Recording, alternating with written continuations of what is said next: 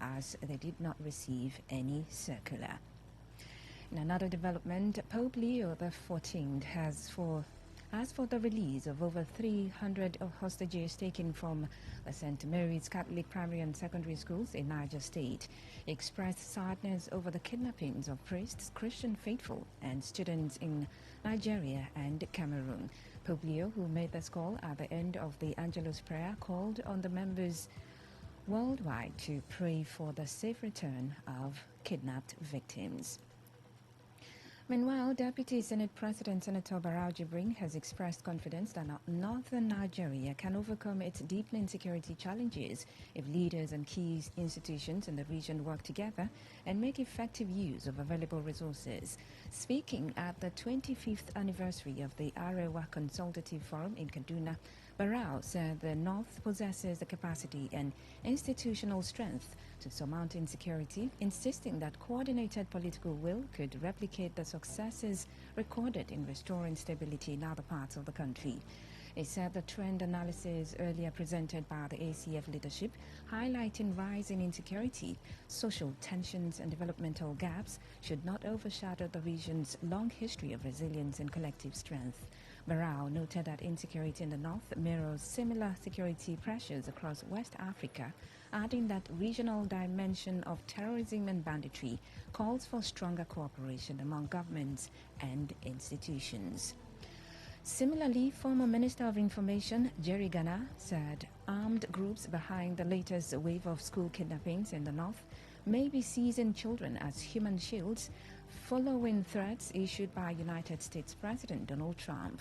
Gana spoke at a reception in Abuja held to celebrate the elevation of the Comptroller General of the Nigeria Customs Service, Adewale Adeniyi, as chairman of the World Customs Organization, and at a fundraising dinner for the Nigerian Institute of Public Relations National Secretariat. Ghana said the sudden escalation in school abductions across the country may be linked to fears among bandits that they may soon be targeted by foreign powers. He said it is worrying for elders, statesmen, and fathers to see younger ones being abducted. He added that the geography of the attacks suggested that the kidnappers were deliberately retreating into forest hideouts in anticipation of aerial strikes. Ghana urged the Nigerian government to deepen cooperation with international partners. The African Democratic Congress has explained the absence of former Vice President Atiku Abubakar and former Anambra State Governor Peter Obi at the unveiling of its new secretariat in Abuja. The party dismissed the reports suggesting that Obi snubbed the leadership because the secretariat was formerly Atiku's campaign office, while the ADC national chairman David Mark, the party's national secretary Rauf Arigbeshola, and former Kaduna State Governor Nasser El-Rufai attended the unveiling. Both Obi and Atiku were absent and did not issue any formal statement. Mark described the new secretariat as a reflection of the coalition's ambition to reshape Nigeria's political future. Obi's absence had been widely interpreted as a rejection of the secretariat because of its previous link to Atiku, but the ADC National Publicity Secretary Bolaji Abdullahi dismissed the insinuation, insisting Obi remained committed to the coalition. Abdullahi explained that Obi was out of the country during the event, while Atiku was unavailable due to other engagements. He added that there was no rift among ADC leaders, insisting that the coalition remained united in its goal to unseat President Bola Tinubu in 2027. Senator representing Bayelsa West, Seriake Dixon, has explained why he left the Senate committee investigating former Minister of Petroleum Resources, Timipri Silva, for an alleged $14.8 million fund diversion. A post on his official Meta account explained that he left on the grounds that the investigation was selective and not a comprehensive one as he had expected. Recall that the Economic and Financial Crimes Commission EFCC declared Silva wanted over an alleged case of conspiracy and dishonest conversion of $14.8 million belonging to the Nigerian Content Development and Monitoring Board, NCDMB. He said he raised objections on the ground that there should be no selective inquiry, insisting that the entire management fund should be investigated and not one transaction. He further explained that the affected person is a former governor of his state and his predecessor, noting his policy against pull him down syndrome. In the world of entertainment, veteran Nigerian singer Innocent Idibia, popularly known as Two-Face or Two-Baba, and Edo State lawmaker Natasha Osawaru have welcomed their first child together, a baby boy. Speculation around the birth surged earlier after Osawaru was spotted at a hospital, prompting talk that she was in labor. Hours later, the politician confirmed the news in a brief post on his official Facebook page, announcing that the couple had been blessed with a baby boy. And on the foreign scene, the death toll from severe floods in South and Central Vietnam has risen to 90. In a statement, the Vietnamese Ministry of Natural Resources and Environment said some 63 of the deaths since November 16 were recorded in the mountainous central Dak Lak province, where tens of thousands of homes were flooded. It said at least 12 people were still missing in the region. The floodwaters have begun to recede in hard-hit Dak Lak. Several communities remain inundated and hundreds of families are still affected. It will interest you to note that relentless rain has lashed south central Vietnam since late October, hitting popular holiday destinations with several rounds of flooding. And that's the news update on Today 95.1 FM. Good evening and thank you for listening. I am Faustina Uputu. Today's news, today's entertainment, today's sports, today's issues. Today on Today 95.1 FM, Port Harcourt. The station with the... As the voice of the people, we make sure that no one misses out. On Today 95.1 FM, there's something for everyone. Our tech show, because tech is new money. Our kids show, because we love the little ones. Our Gospelration, because it's the moment of truth. Our High Life show, because high life is vintage. Our sports show with the adrenaline.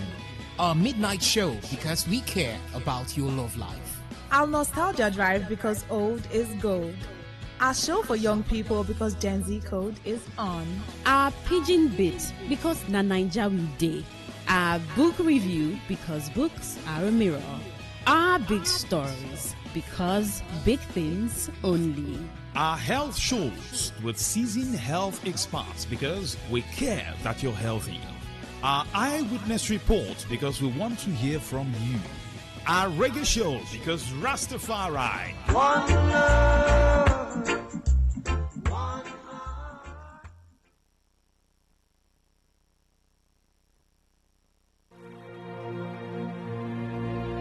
Today is business. Today is a new trend for your businesses. We give you all the information you need to grow your business, new ideas and innovations that keep you earning more and staying relevant.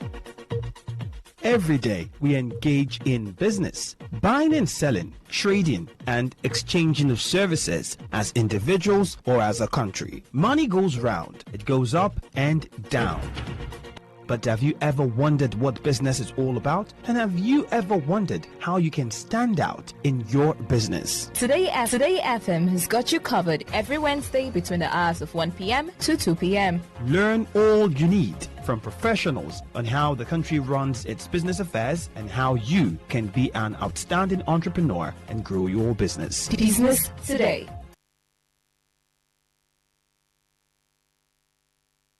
Today 95.1 FM, where news meets insight, sports meets passion, and entertainment meets excellence. Expert analysis from seasoned professionals and our top analysts, informing, educating, and entertaining you. Your voice, your station. We are the voice of the people.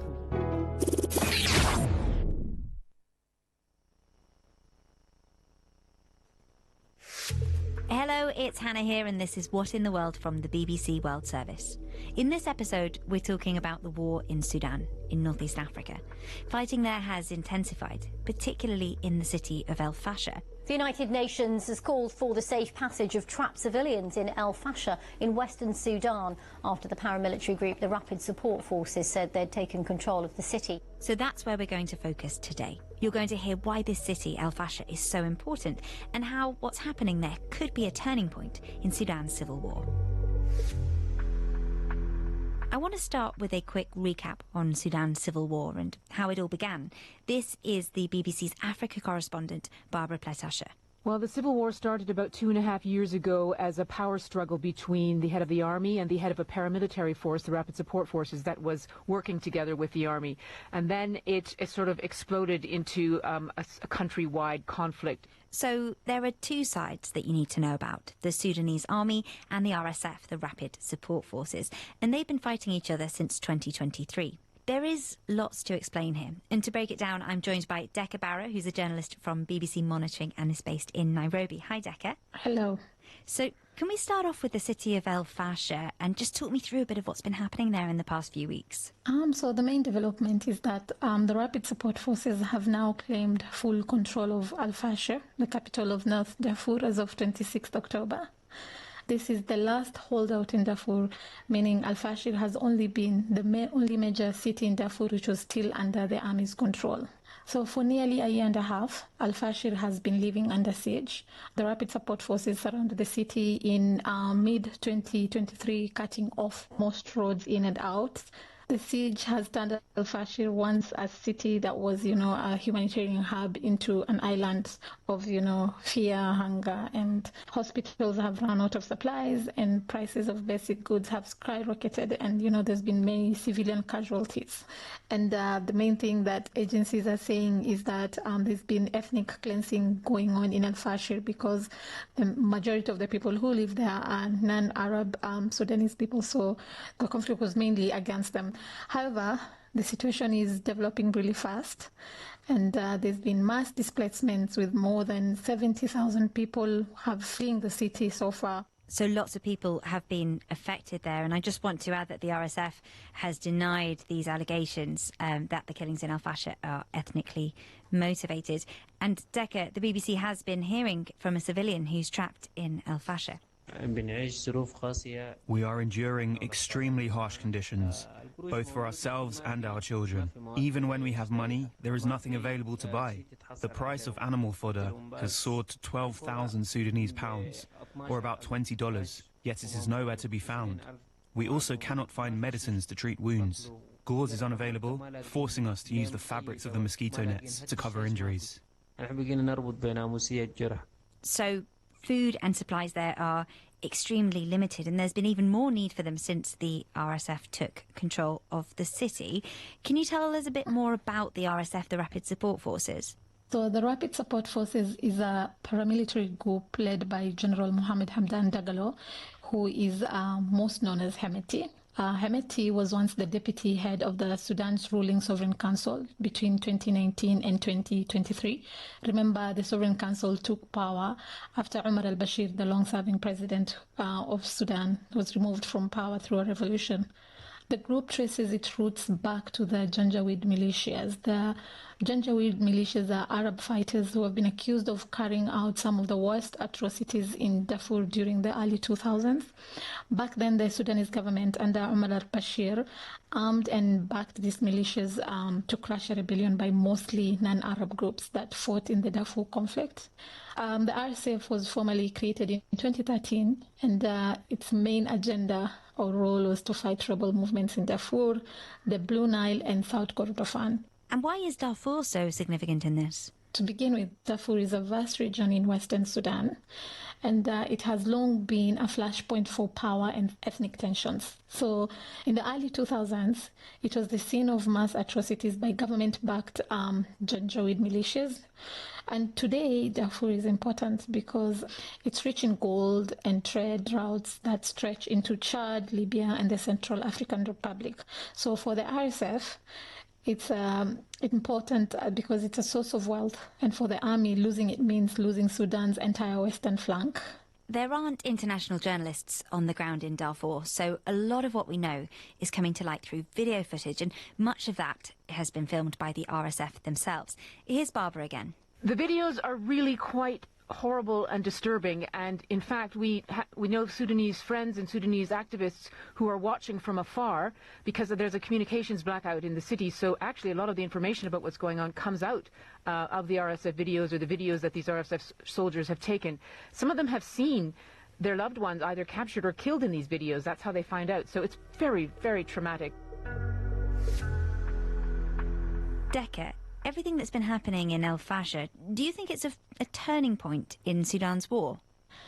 Yes, so the capture of El Fasher by the RSF marks a major turning point in the civil war because it deepens concerns that the country could split into two.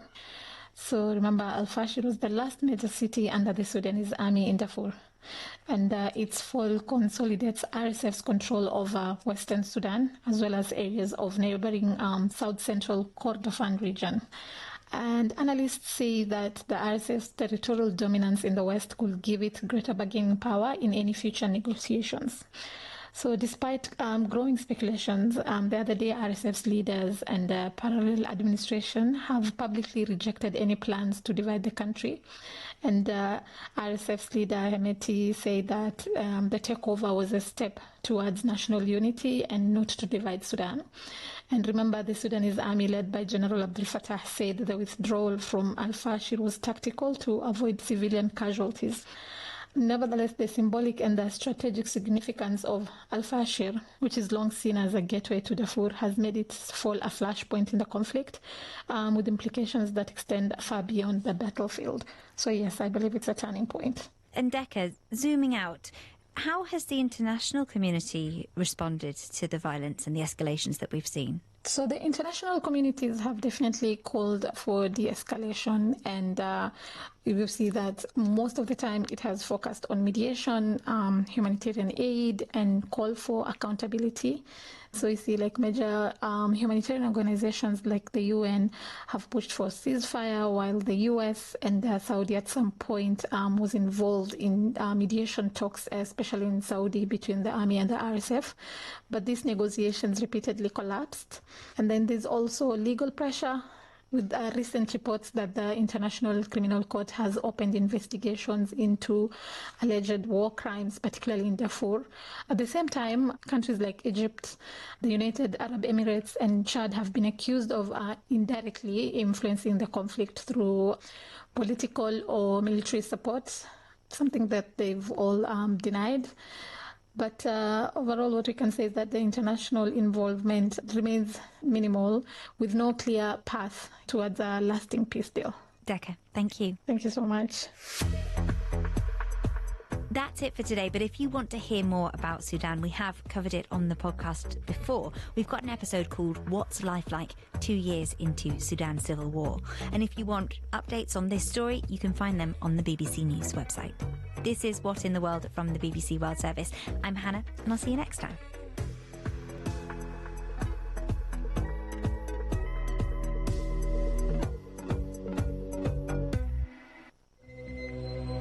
And there's much more on the BBC World Service app.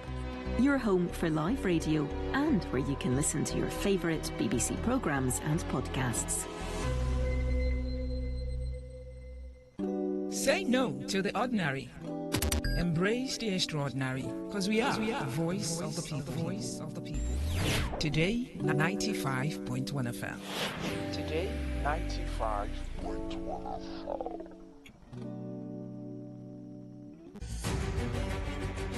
Bunkering is a legal act of smuggling crude oil from pipelines and storage facilities, which poses significant dangers to Nigerian society. This activity has different consequences that affect various aspects of the nation's well-being, and it has consequences such as untimely death, environmental devastation. It fuels insecurity. It also damages our infrastructure, and it also damages our international prestige. You might say, how do we make a living if we stop this illegal activity? Well, as a young individual, you can channel your energy into positive endeavors that can help you generate income and create an adequate future for yourself. These are some ideas to help you generate income. You can go into starting a business. You can also acquire digital skills or gain agricultural knowledge or engage in farming. You can also acquire art and creativity. You talk about technology and innovation. Then, skills and vocational training. Please note that success often requires dedication, consistency, and continuous learning. This message is brought to you by your premium talk radio, Today 95.1 FM, Port Harcourt.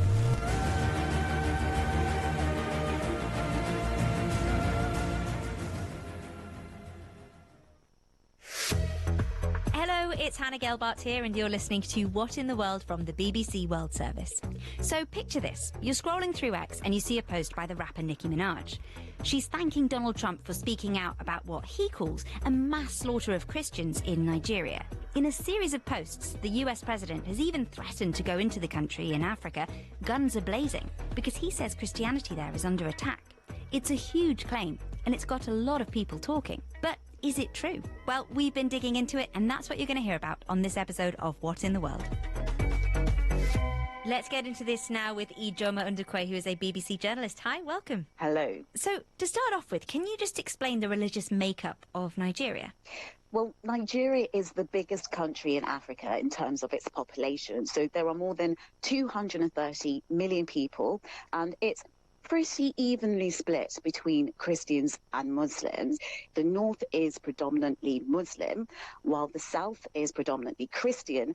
And then along the middle belt, it's a mix of both Muslims and Christians. And then among them all, you have more than 250 ethnic groups with their own cultures and traditions. So you get a really ethnically diverse country where people of different religions are often living side by side. So before we get into what Donald Trump has been saying, let's just zoom out for a second, because the situation in Nigeria is complicated. For more than a decade, the country has been dealing with violent uprisings from militant groups, mostly in the northeast. The main groups are Boko Haram and ISWAP, which stands for Islamic State West Africa Province. These groups want to overthrow the government and set up an Islamic State. And then in central Nigeria, there's another kind of conflict. It's mostly between Muslim herders and farming communities, which are often Christian. They've clashed over access to land, water and pasture, and this has led to deadly cycles of violence with revenge attacks on both sides.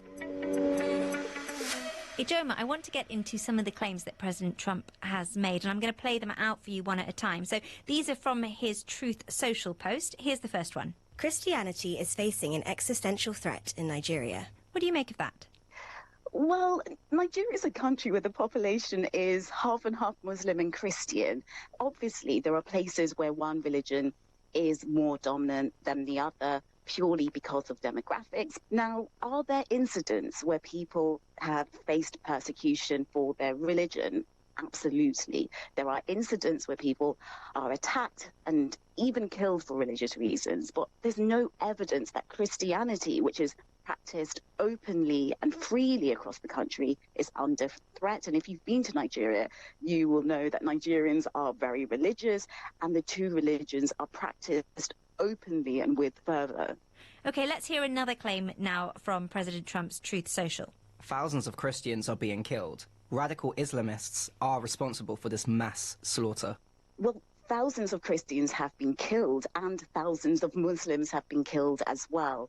Jihadist groups, namely Boko Haram and Islamic State West Africa Province, have killed tens of thousands of Nigerians over the years. OK, so let's be clear that that is since the targeted political violence started in 2009. So if we drill down into the data, if we look at figures gathered by Armed Conflict Location and Event Data, which is known as ACLED. Now, their research shows that out of 1,923 attacks on civilians in Nigeria so far this year, only 50 of them were targeting Christians because of their religion. You mentioned ACLED. They're funded largely by the UN and they call themselves an independent, impartial conflict monitoring service. And I've been having a look at their figures too, and I want to actually take a closer look at some of that data. So in the past 5 years, the total number of targeted attacks against Christians was 389. The number of deaths was 318. And if you look at Muslims, there were fewer actual attacks, 197 over the last 5 years, but the number of deaths was 418.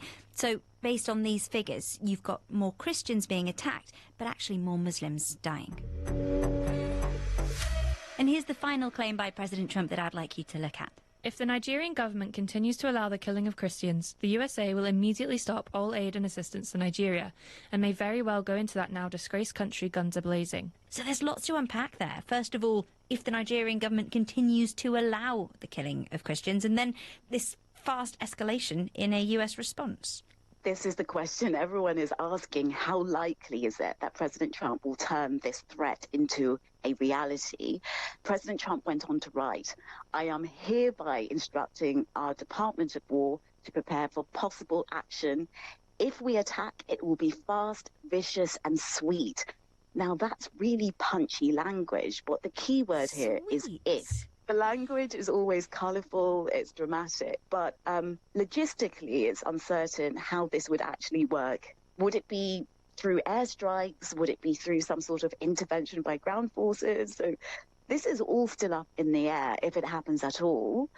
But the language has certainly got the Nigerian government moving, because a new army chief has been appointed, and he's a Christian, and he's promised to step up military operations against Islamist militias in the northeast. At this moment, it's unclear how this would actually play out. And we've been hearing from a few people in Nigeria. Here's their reaction. For Donald Trump to say that Christians are actually attacked in Nigeria, I don't think that is the plain truth, because I've seen several cases where Muslims are being attacked. I think we need to get this right. The Nigerian government need to get this right, that it is their responsibility to provide security. The issue of Donald Trump tackling insecurity in the country, I think it's a welcome idea. This is not about defending religion. It's about saving humanity. If the United States of America were intending to tackle the issue of insecurity in the country, I think is a welcome idea. Ijoma, how has the Nigerian government responded to this? We know that the government of Nigeria has actually, they've tried to downplay the tensions between the two countries. They're definitely in de-escalation mode. So a spokesperson for the Nigerian government even said that the country would welcome US assistance, as long as it recognizes their territorial integrity. So they're kind of emphasizing their sovereignty there. And we also have seen the president of Nigeria, Ahmed Bola Tinubu, who is a Muslim from southern Nigeria. He's married to a Christian pastor. He said that, he strongly rejects the characterization of Nigeria as religiously intolerant. He said that this does not reflect our national reality. And he said that his administration has maintained an open and active engagement with Christian and Muslim leaders alike. So back to those posts on X that we mentioned earlier, where Nicki Minaj thanked President Trump for speaking out. There's been a lot of support from Christians in reaction to that. They said they felt grateful and shared their concerns. But on the other side, I imagine that some people in Nigeria's Muslim community might now be worried. They might be worried about facing persecution. And this threat of invasion, it isn't something to be taken lightly. Absolutely. There are people who've gone online to say that the insecurity that plagues Nigeria affects everybody. And there are a lot of people who are very upset about the characterization of Muslims targeting and killing Christians. It's something that's very upsetting for people in Muslim communities across Nigeria. Ijoma, I can hear the battery slowly draining there. Thank you so much for speaking to us. Thank you. That's it from us today. I'm Hannah Gelbart. This is What in the World from the BBC World Service, and we'll see you next time. And there's much more on the BBC World Service app. your home for live radio and where you can listen to your favourite BBC programmes and podcasts. Talk radio. I listen to a lot of talk radio. 95.1 FM. What's a successful business without sales? And what is sales without an audience? Well, do you know that you can reach 8 million listeners across 6 states in 2 geopolitical zones all at once? How? With Today 95.1 FM, you can get millions of people to know about your business. And what does that mean to you? More sales. Call 081 389 2850 now for more information.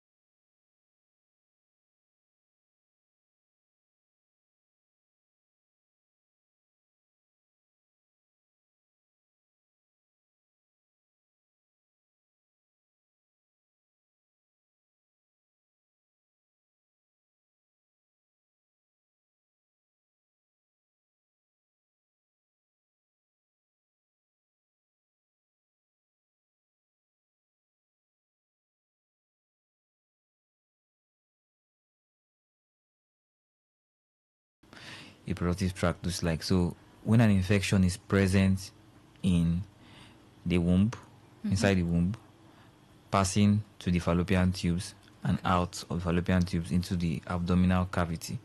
So that is pelvic inflammatory disease. But if the infection is in the vagina, it's not PID. If it's in the cervix, it's not PID.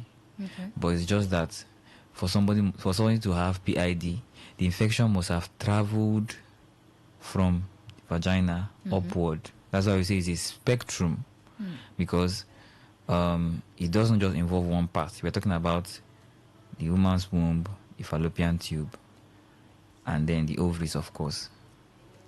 So that's what PID is. Okay, so basically it's females. Yes. All right. I don't know how much of a problem that is in, let's say, Nigeria. How common is it? Well, it's not that common because a lot of people just pop a pill, take antibiotics. So it's mostly caused by bacteria. So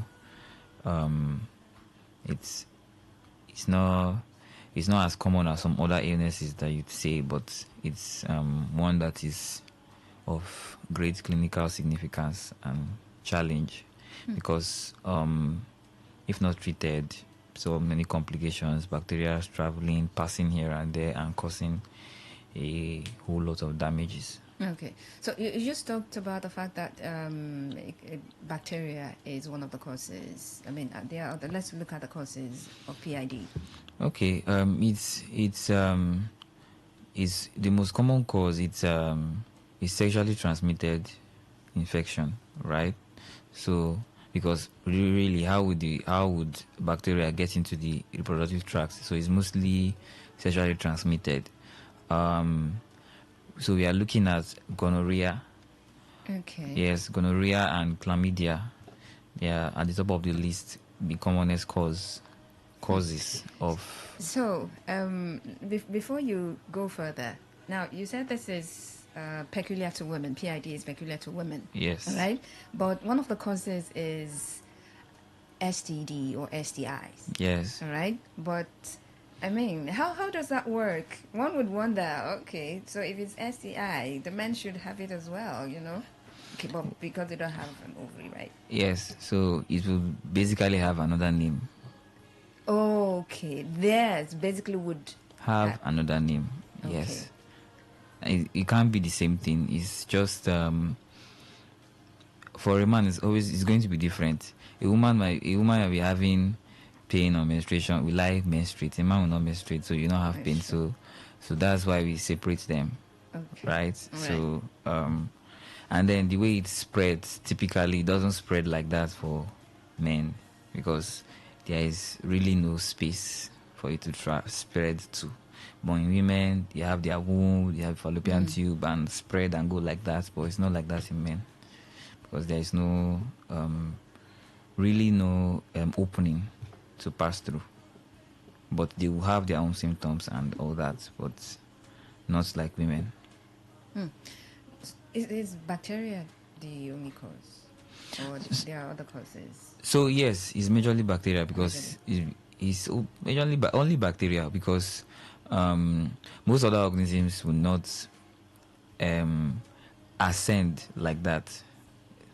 They would not ascend. It's bacteria that would ascend. Yeah. Some other, the only exception to that is this virus, human papilloma virus, HPV.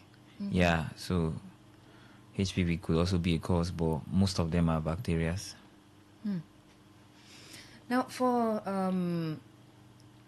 I don't know if there is an age limit. Okay, there is actually no age limit, but as far as a woman has a womb, she can have it. But there is this peak age. Look at women between 15 to 34 years. So the incidence is like high among those people, 15 to 34 years.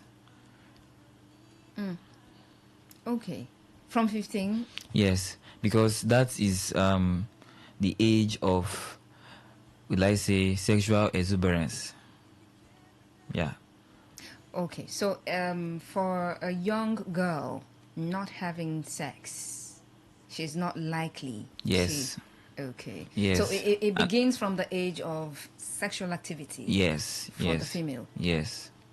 And then, okay, like, see, the causes is, see, most of them, if you track back, you see that, okay, this person must have had a sexually transmitted infection or STD. Then some other people, a few other group, it's women that have done procedures that involved their reproductive system. These are the risk factors. Yes. Okay. So for a woman that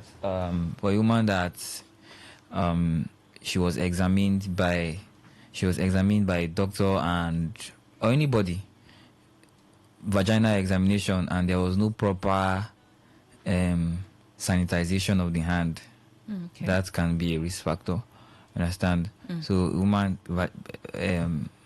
vaginal examination, there is some other procedures women do, like there is this procedure called hysteroscopy, where they put a camera into the woman's womb to look for this. If you do not properly sterilize the instrument, it can introduce infection. So, but it's a minor group, and most of the time those things don't happen these days because a lot of the times the doctors and health practitioners would be aware to clean, sterilize, and make sure that anything you're introducing into anybody's body is properly disinfected. So when one comes down with a PID, what are likely symptoms? Okay, because the way I describe it, you see that the infection is traveling, right? Yes. Moving up, and then when it passes through the fallopian tube, sometimes it might come out. It might come out and enter into the abdominal cavity. So they will have fever, like high fever, high grade. Then there is the abdominal pain. Like it's so severe, and it's not just anywhere, it's in the lower parts of the abdomen.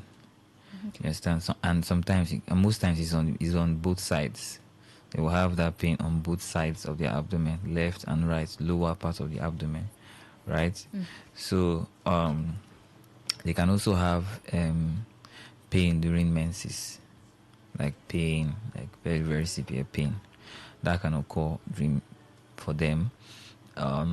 And then some of them can have pain during sex. That is dyspareunia. Okay. That's what we call dyspareunia. So they can have pain during sex, and then it's largely because that infection is, because most times, like we said, it's going to travel from the vagina to the cervix and everything. So it's going to cause inflammation in those parts, and any slight irritation is going to cause pain.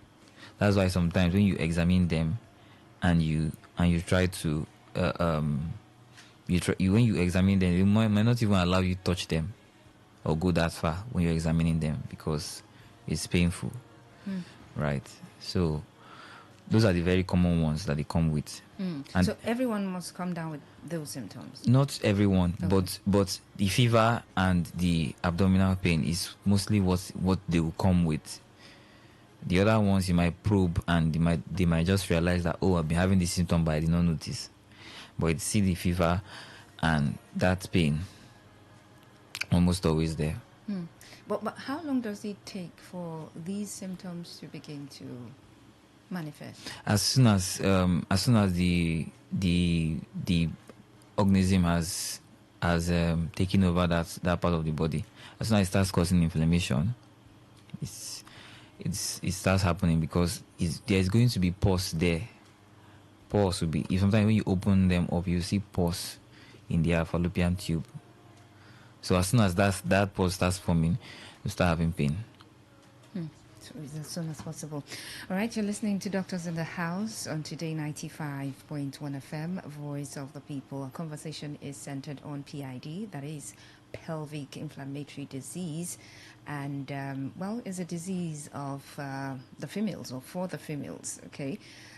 Because from the description, there's no way that this can happen to the man. Like you said, there's no opening for the bacteria or whatever it is to travel, and so. Because for the woman, there are the openings, so it will just travel, and for every part that it gets to, they feel the inflammation there, the pain, and then there's the fever and all of those. Now, you've also talked about certain risk factors, but then again, I don't know. I can't remember the word now.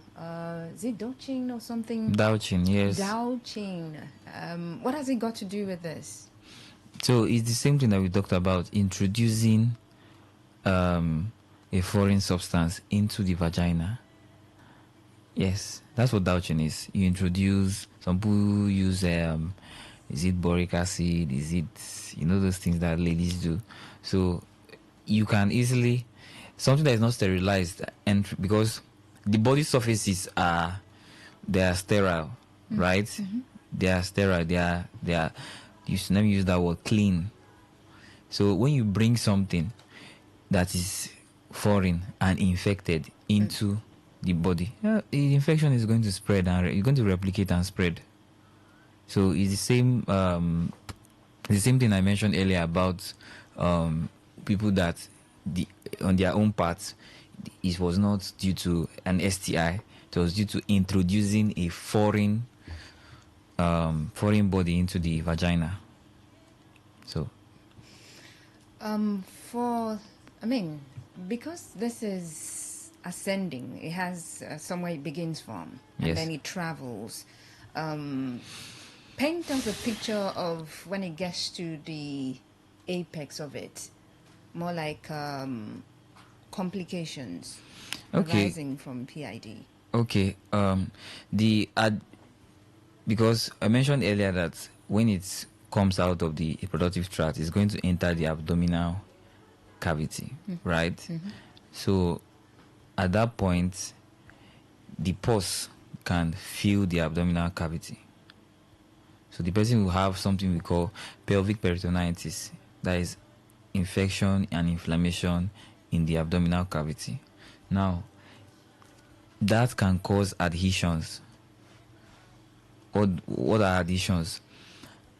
Now, it can hinder movement in that, because the way if you look at the anatomy of a female, between the abdomen and the wall of a woman's womb, there's a space there.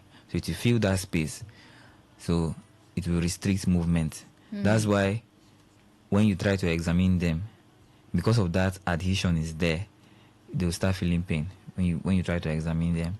So that's like at the top, spreading into the abdomen, causing adhesions. It can also cause adhesions in the fallopian tube. Some of them might find it difficult to get pregnant, because you know how egg comes out of the ovary, enters the fallopian tube and all that. So it will cause a blockade there. Yes, cause a block there. So does it lead to death? Like, is that the... Yeah, any infection can cause death if left untreated. Yes, any infection can cause death if left untreated. So what has this got to do with fertility again? Because that would be like one of the questions that anybody listening would want to get answer to. So we said, now this infection is traveling. Now, really, when you look at it, the only place along this pathway I described that it can possibly form pus or like take charge of is the fallopian tube, because the woman's womb is big, like it's bigger, it's large. So before it can form pores and take care of, is going to take time. But once it gets to fallopian tube is small. It's small in diameter, like really, really small in diameter. So, and it's a compartment.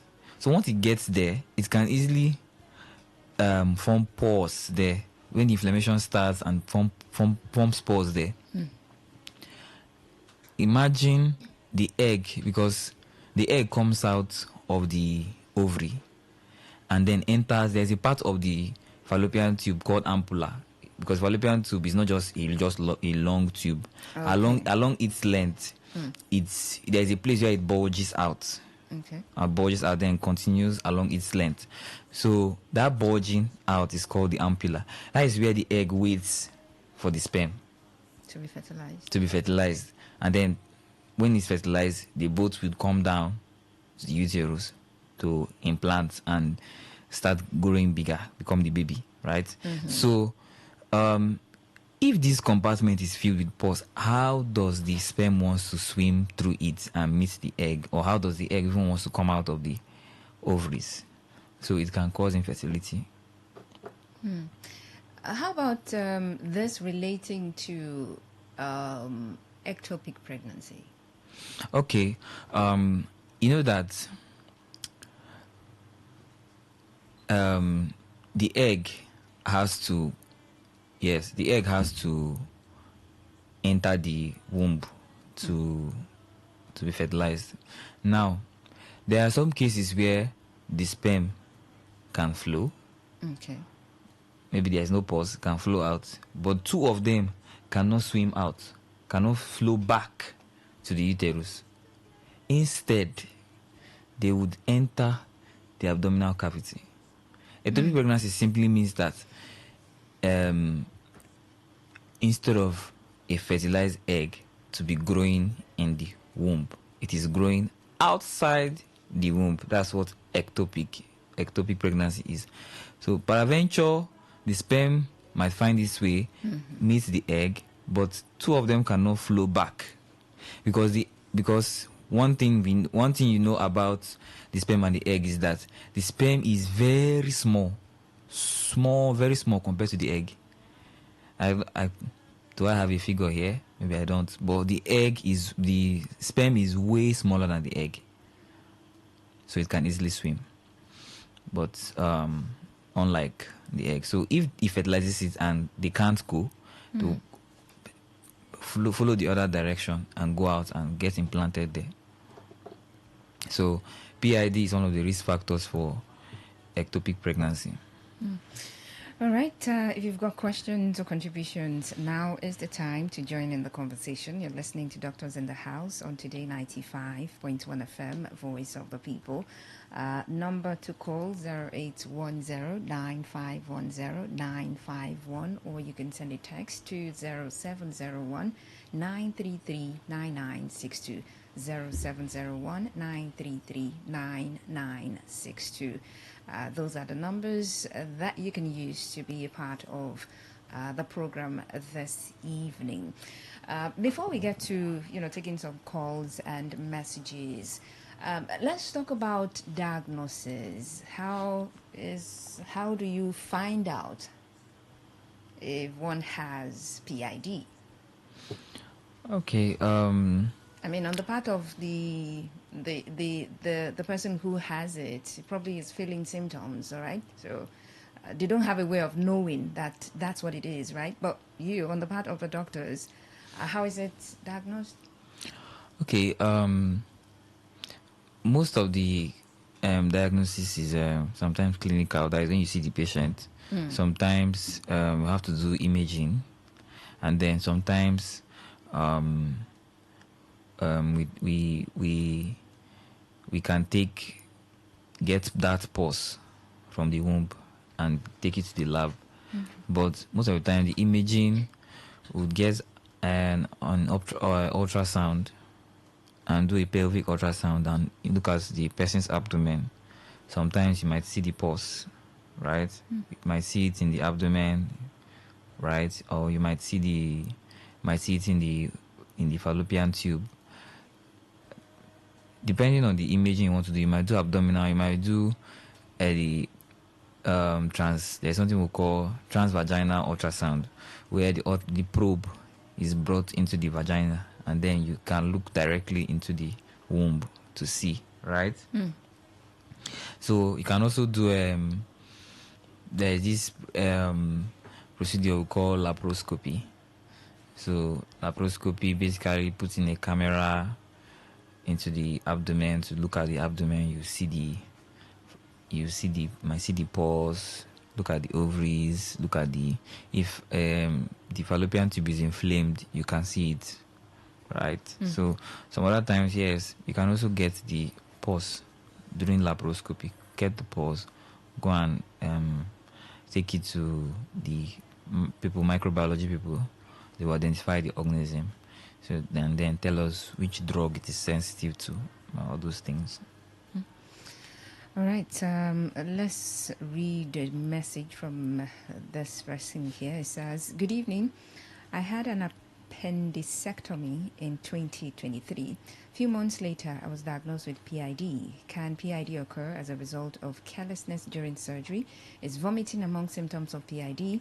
Can it be permanently cured? Is there a possibility of recurrence of PID?" Plenty of questions for you. "I haven't been taking medication for PID for close to 2 years now. Am I at risk of recurrence or complication? Are there complicated cases of PID?" Okay, so anyone... let's start with the first one, right? So a few months ago, after the appendicectomy in 2023, a few months later, I was diagnosed with PID. Can PID occur as a result of carelessness during surgery? No. So what if there were, like you said, foreign bodies or something wasn't really sterilized during the surgery? Now, if you see, appendix is an organ in digestive tract. Okay. So, yes, digestive tract. So, I don't know what the surgeon is be looking for. Okay. So, you see that.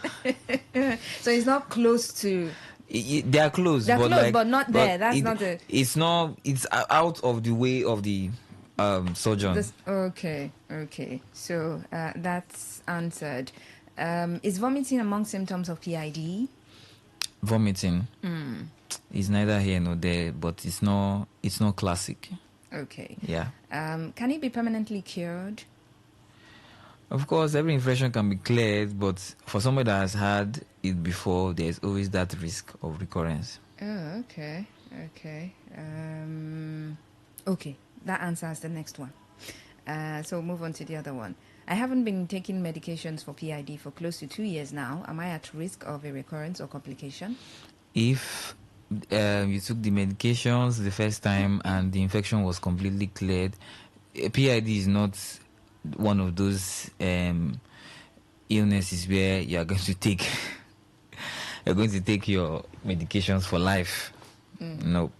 So once the infection is cleared, you can stay off it. So I don't know why she said or who said that I've not been taking it for 2 years, so I wouldn't. Okay, but in the space of that 2 years, if she had it before the 2 years that she's counting now, right, and then she treated for it, it went. There's a possibility if she's exposed. Yes. Again. Yes, the possibility is there. Not because she stopped taking the drugs. No. Okay, so if you can't be taking PID drugs for 2 years. Yes, right? you can't. No, it can't be. Okay. Are there complicated cases of PID? Yeah, we said it earlier now, when they can have infertility, have infections spreading to the abdomen, and all that. Okay. There's more coming. "Good evening. Before I was diagnosed with PID, my period lasted for 3 days. Recently, it increased to 4 to 5 days. Can PID increase the number of days menstruation lasts and affect the menstrual cycle?" Now, first of all, a woman's normal menstrual cycle, 21 to 35 days, then she bleeds normally for 2 to 5 days, then we give a buffer of 7, so 2 to 7 days. So it's not a bother if it was 3 before and it's now 5. It can happen to anybody. Not as a result of the yes, PID? Yes. Okay, so it has no way of interfering with the menstrual cycle? It can interfere, but I would not say it in this case, because a woman can be bleeding for 4 days. Tomorrow is 5, tomorrow is 3, right? And there's nothing wrong with her. Yeah. Okay. All right, keep your calls. Messages coming in 0810-9510-951. That is 0810-9510-951. That's the call line. And you can send a message to 0701-933-9962. 0701-933-9962. Hello, good evening. Hello, good evening. Yeah, good evening. My name is Emre. Okay, so I wanted to say I'm surprised that a man is calling, but it's fine. Go on. Calling in regards to my fiancée. Oh, that's awesome. I love it. Okay. The reason I'm calling is, I want to ask, can delay in period could it be a symptom to this issue, or could it be related to this pelvic inflammatory disease? Yes, because according to what we've noticed and observed,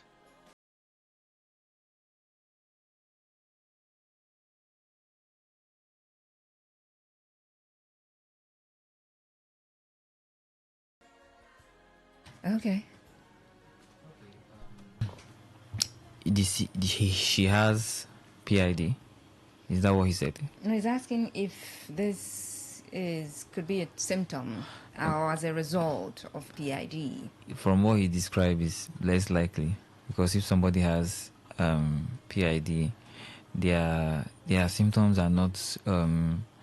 It's not really about the menstrual cycle.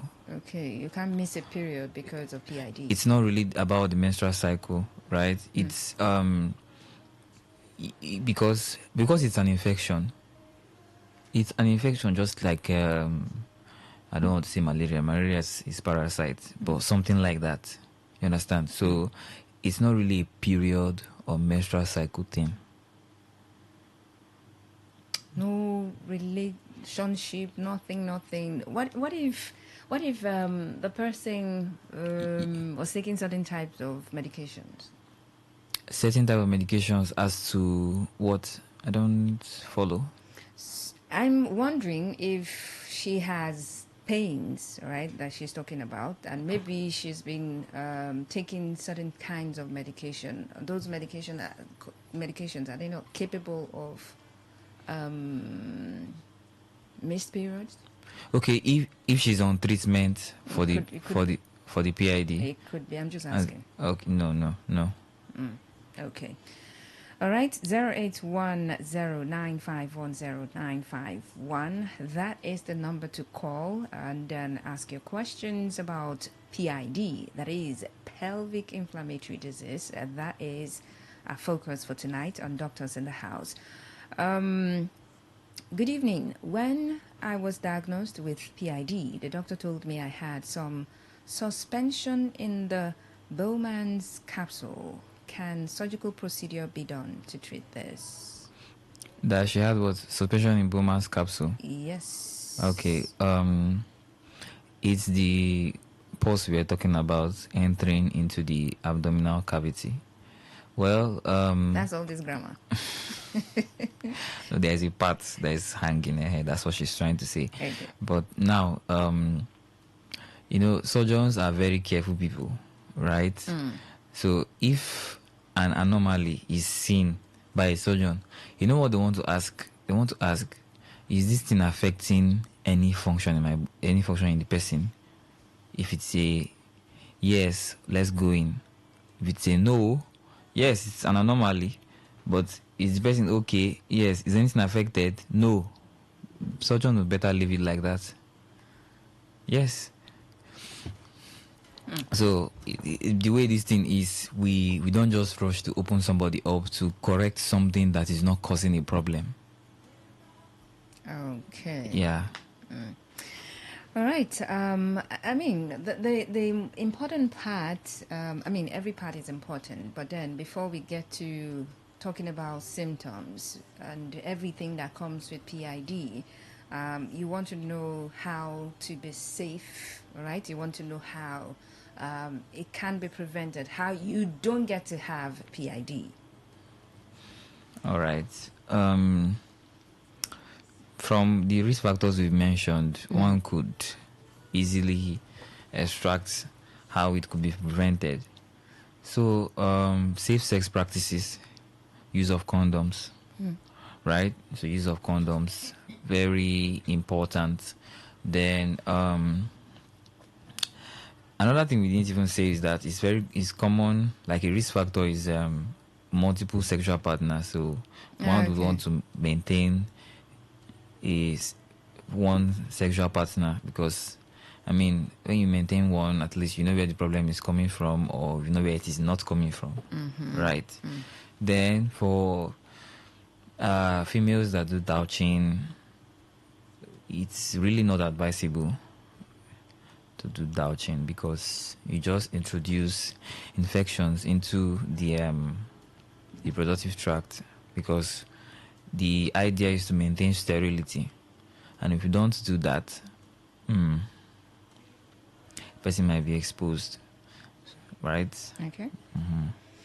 All right, 0810-9510-951, 0810-9510-951, or you send a text to 0701-933-9962.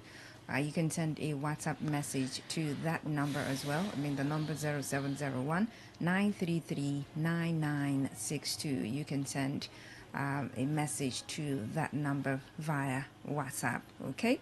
A regular text message or a WhatsApp message would do if you prefer to sending a text. Good evening, Faustina, and your guest in the studio. Does my partner need to be treated as well? Okay. Yeah, it's one of the things that we do. So, because most of the times it's STIs that caused it, or STDs, most times you'd want to bring in the partner and examine the person and know if the person has it, because I mean, it's a waste of time.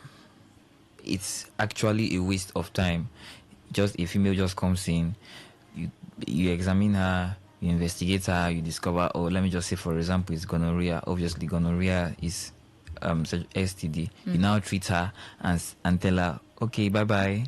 And then she goes back to the partner that gave it to her. What, have we achieved anything? We have not achieved anything. Okay, so just hold that thought there. Let's get to hear from this person. Hello, good evening. Hello. Hello, good evening. Are you there? Good evening. Okay, do well to dial back 0810. Yes, it dropped. 0810-9510-951. Our conversation is on pelvic inflammatory disease, okay, PID.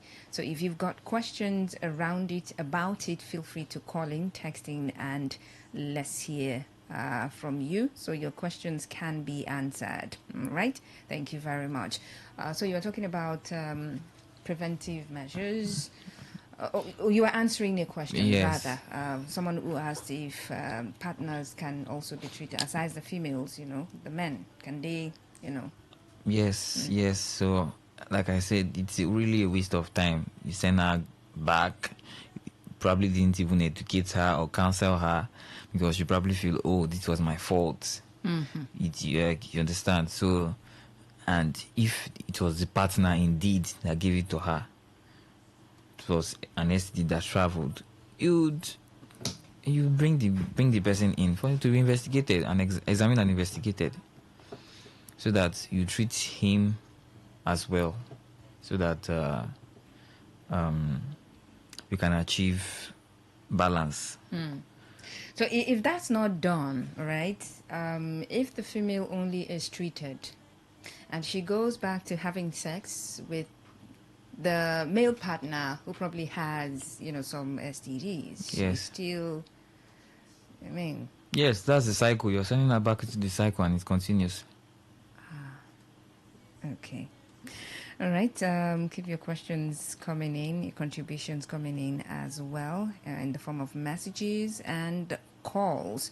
You're listening to Doctors in the House on Today 95.1 FM, Voice of the People.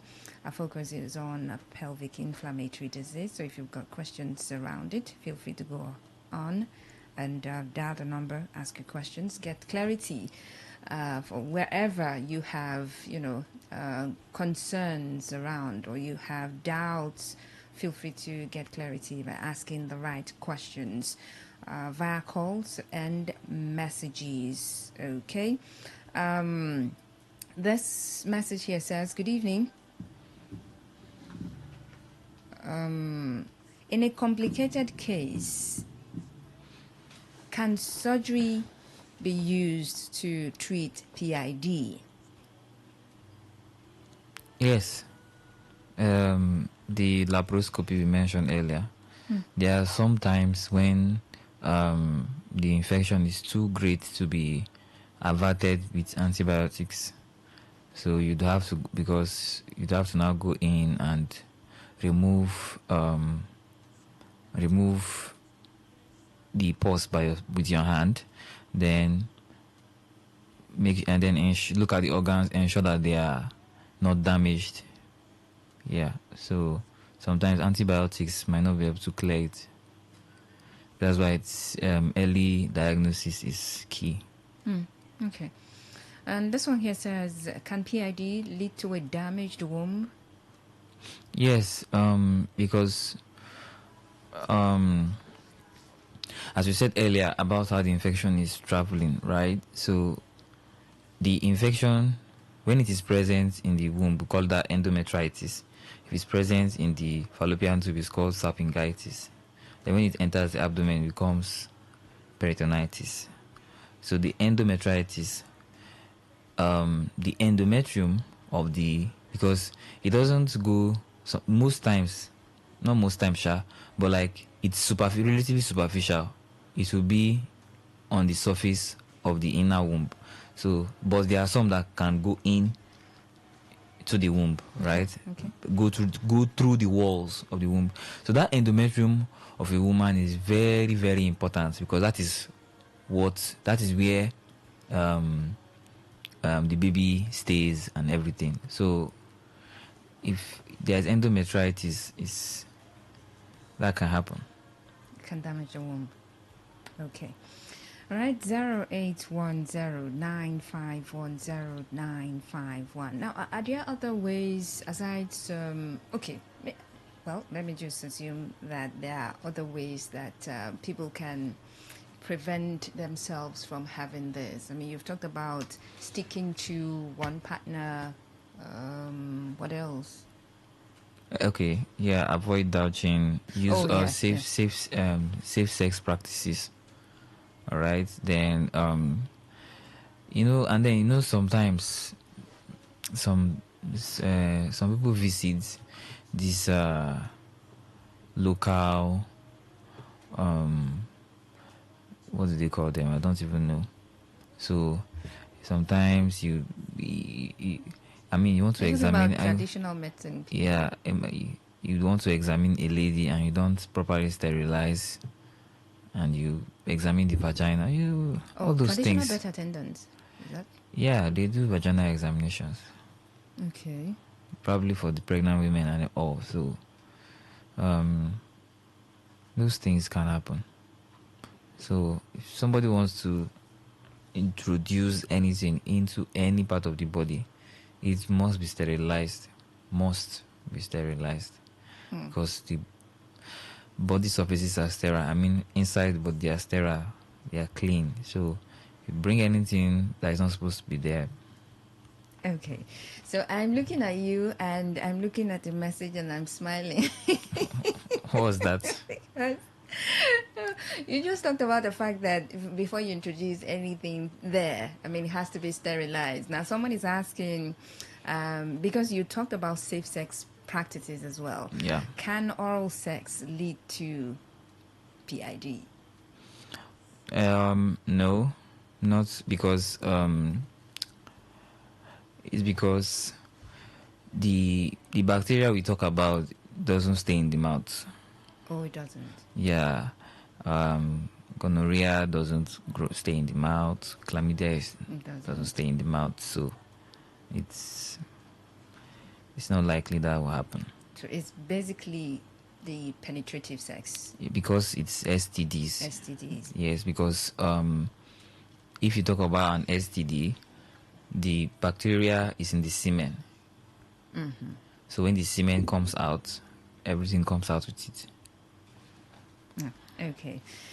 All right. 0810-9510951. That's the number to call, or you can send a message, a regular text message or a WhatsApp message, okay? 0701-933-9962. 0701-933-9962.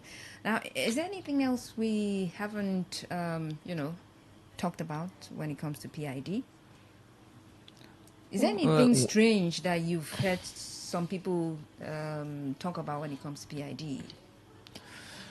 Like they have certain misconceptions? Misconception?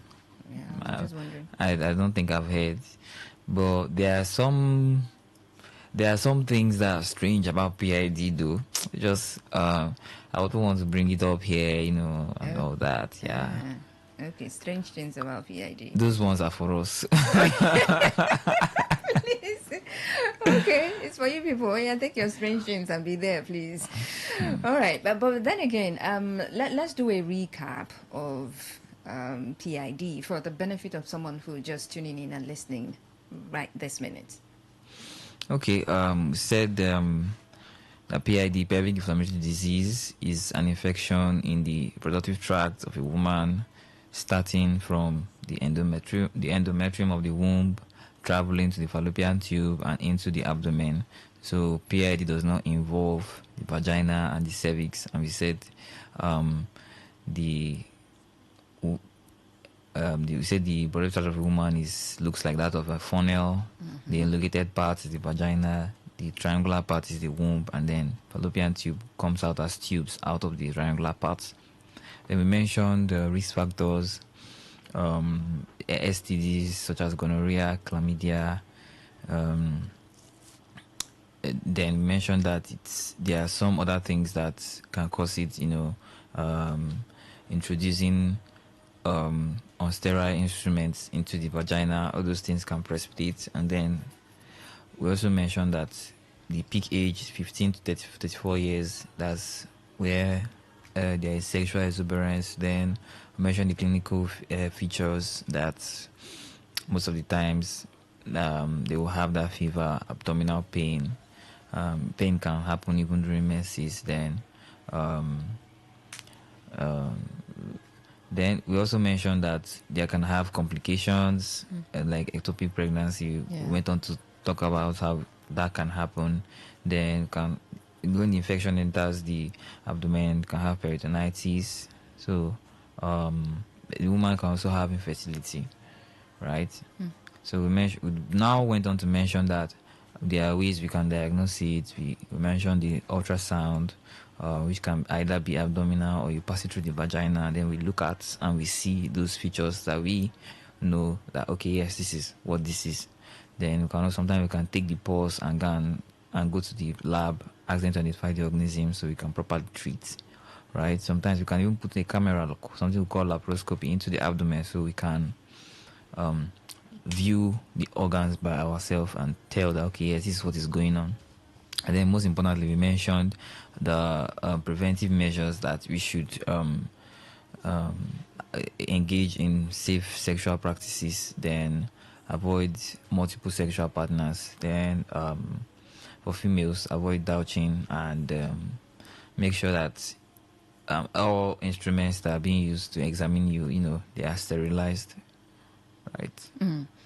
All right, this one just came in. Can the infection cause a woman's breast to produce fluid? This is from Kano. Which kind of infection? Well, human heart, there is infection we call she's talking about mastitis. There is infection in the breast. Most times it's caused by maybe when the baby is biting. Okay. Yeah, so yes, a woman can have mastitis and fluid, yes, will be coming out. Then some hormonal imbalance too can cause that. It's a high prolactin. Prolactin, yes. Okay. All right. Faustina, I want to ask the doc for the oral sex thing as being safe, Mr. Wow. Now there are other shortcomings of oral sex, but we are saying that for this PID, it's not what we are looking at. Yeah. Of course, somebody can get herpes. There is herpes 1 and there is herpes 2. There is herpes 1 and herpes 2. I'm not quite sure which one is in the mouth, but one of them is one is in the mouth. There's one that grows in the mouth. There's one that grows in the genital tract. So you can introduce that into the genital tract, and that can occur. So. Okay. All right. So that thing is really very important to this person. Because I know that the question I took about the oral sex while smiling and laughing, someone asked, and you made it clear that it's not one of the causes. It doesn't cause it. It has to be the penetrative sex. All right. So let me see. Message dropping now. Okay. So I don't know what this person is saying on WhatsApp. Well, yeah, that's our show. Doctors in the House on Today 95.1 FM. Thank you so much for joining the conversation, and thank you to my guest, Joseph Ngamba. Thank you very much for coming to enlighten us on pelvic inflammatory disease. I'm very sure that someone has picked up it, too, so that they are better aware to know when to visit the doctor, when to call the doctor. But thank you so much for coming. All right. Thank you very much. All right. That's it. I'll go on a break. And of course, at 8 o'clock, the time for Cruise Control with the Cruise Control team. My name is Faustina. Thank you so much for listening.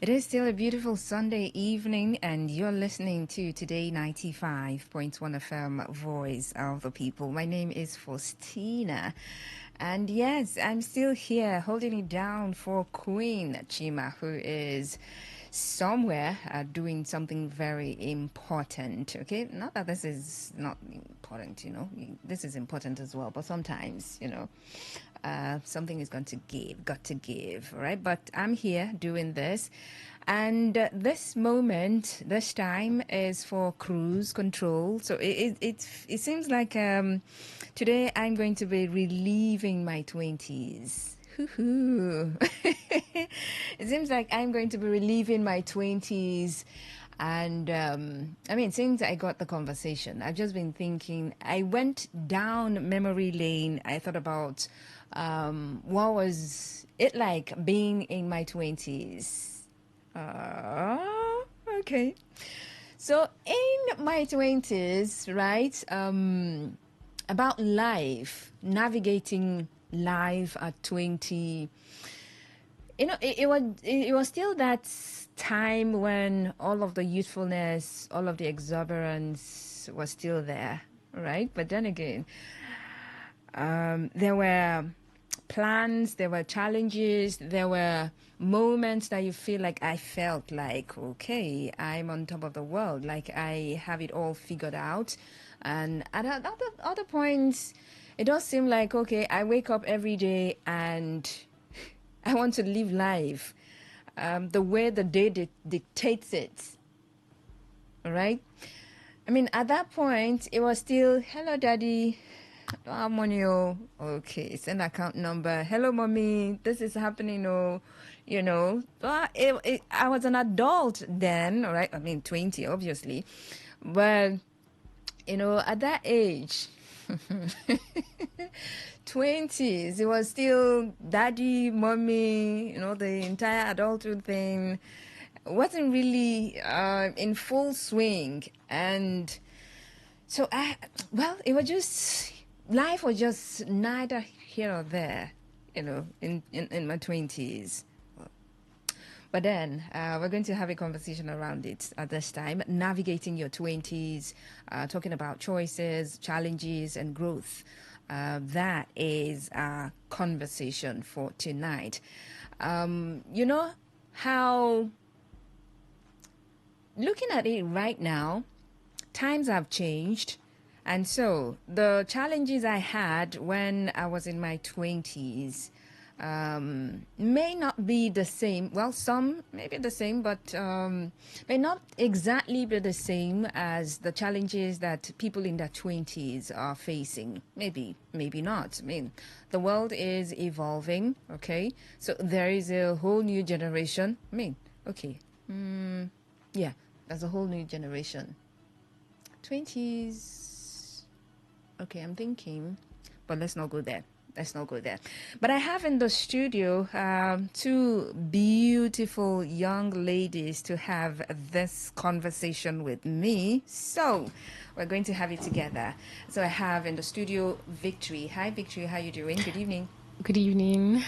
I'm doing very great. Happy Sunday. Happy Sunday to you too. Thank you so much for having me. It's my pleasure. And Delight.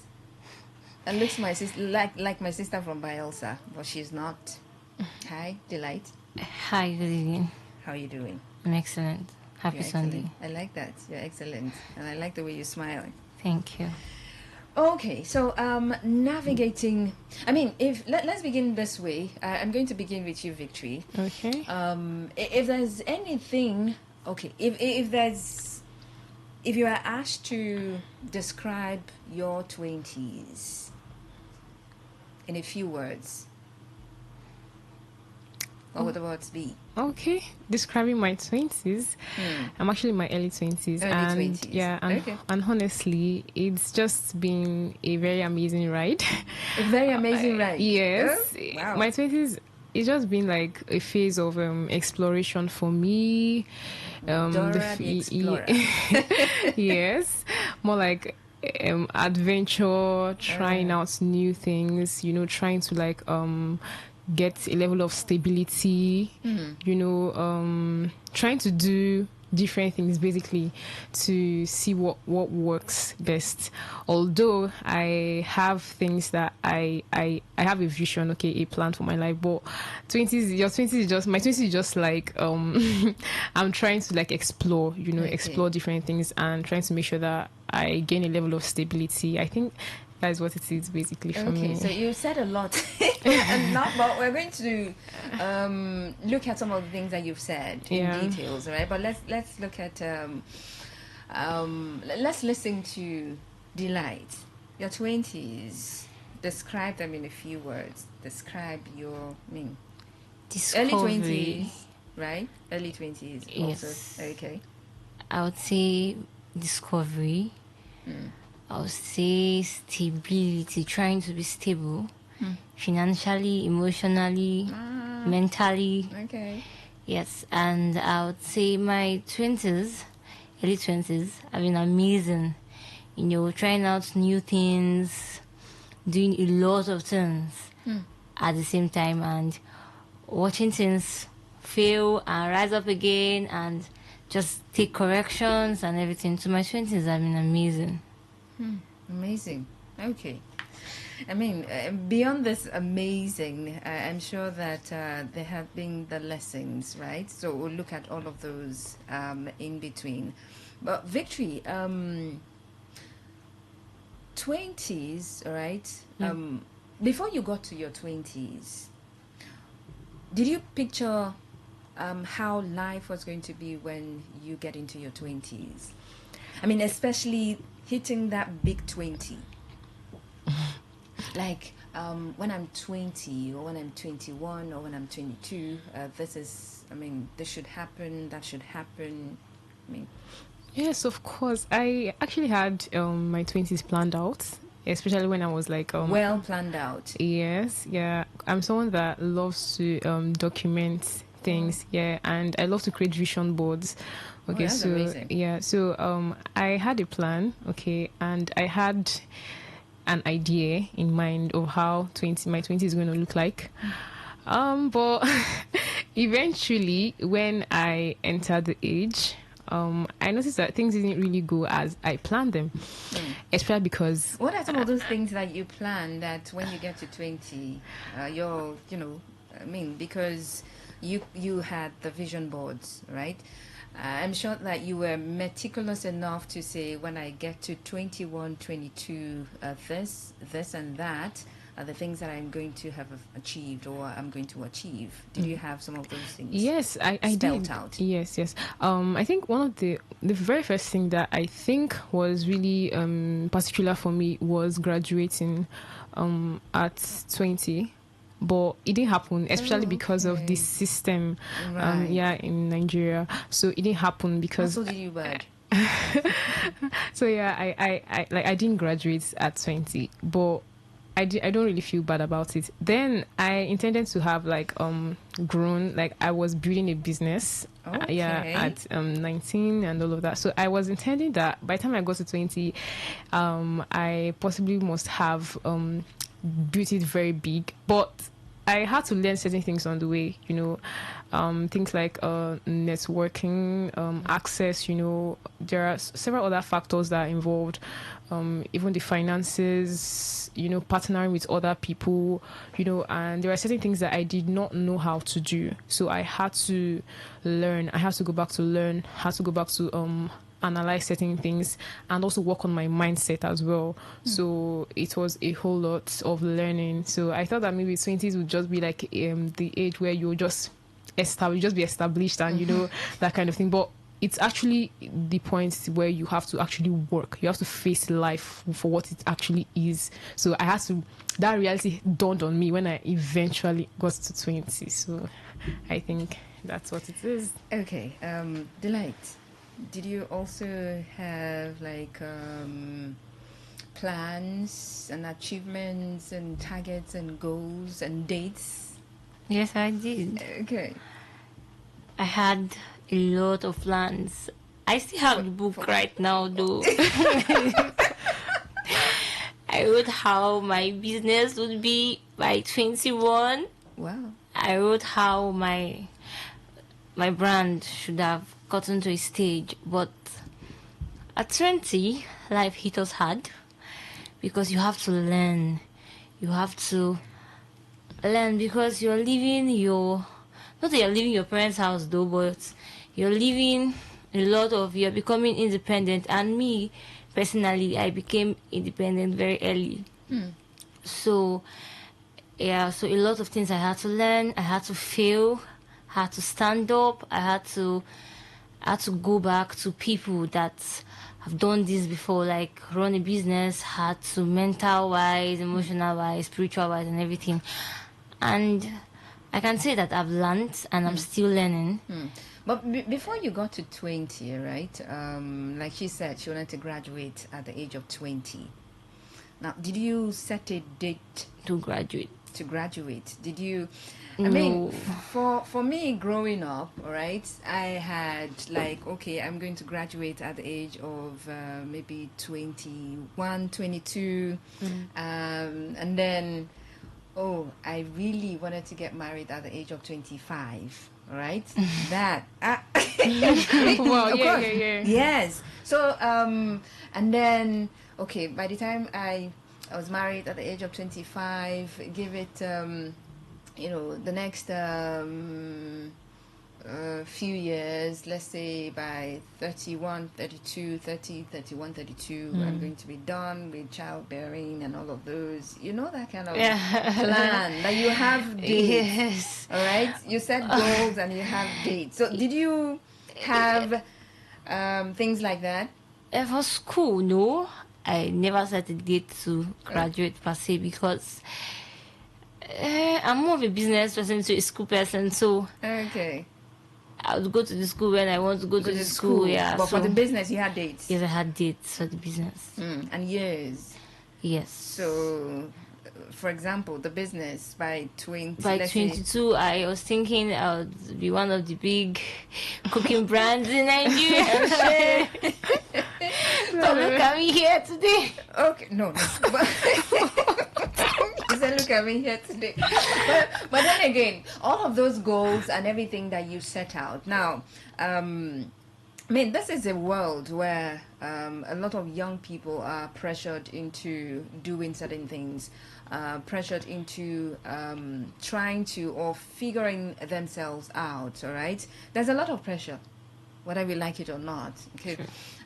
But family, friends, and of course the society as well. So did you feel pressured, or do you feel pressured? Yes. Do you? Because, I mean, you're in your 20s. Do you feel pressured to achieve all of the things that you set out to achieve? Yes, I do. A lot of pressure. Coming from where?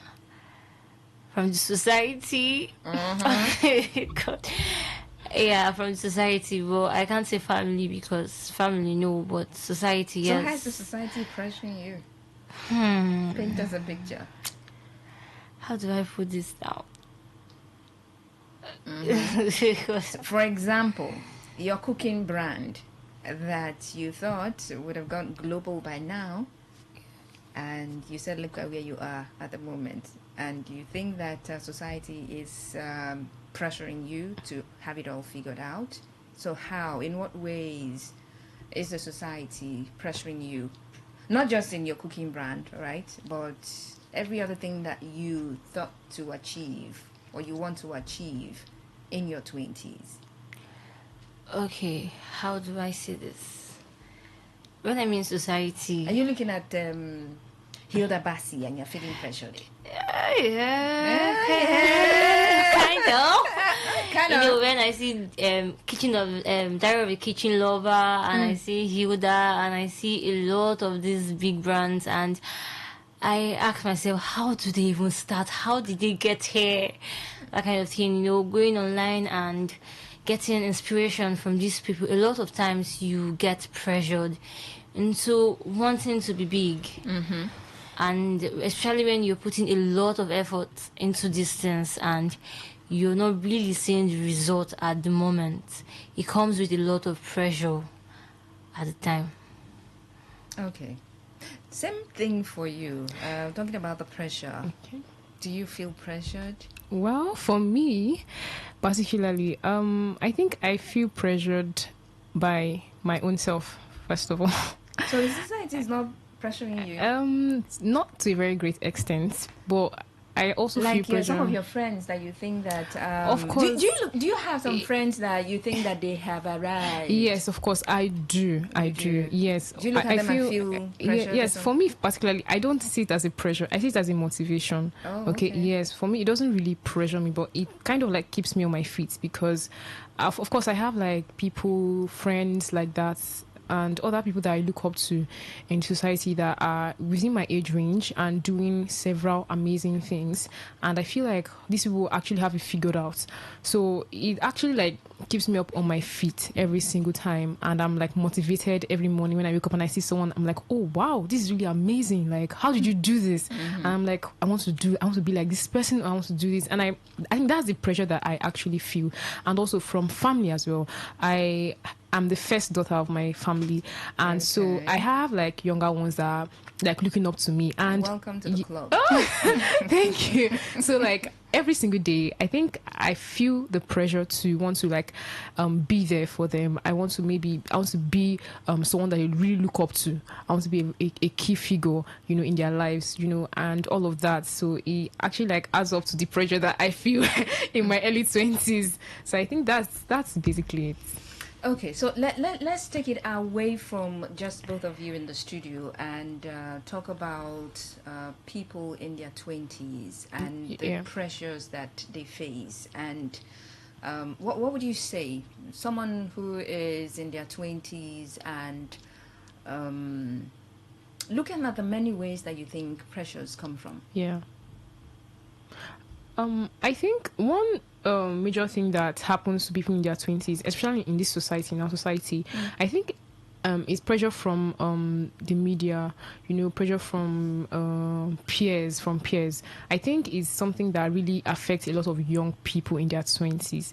Because if you don't understand how to create a balance, they often get to like compare themselves with other people, but they don't understand that environment matters.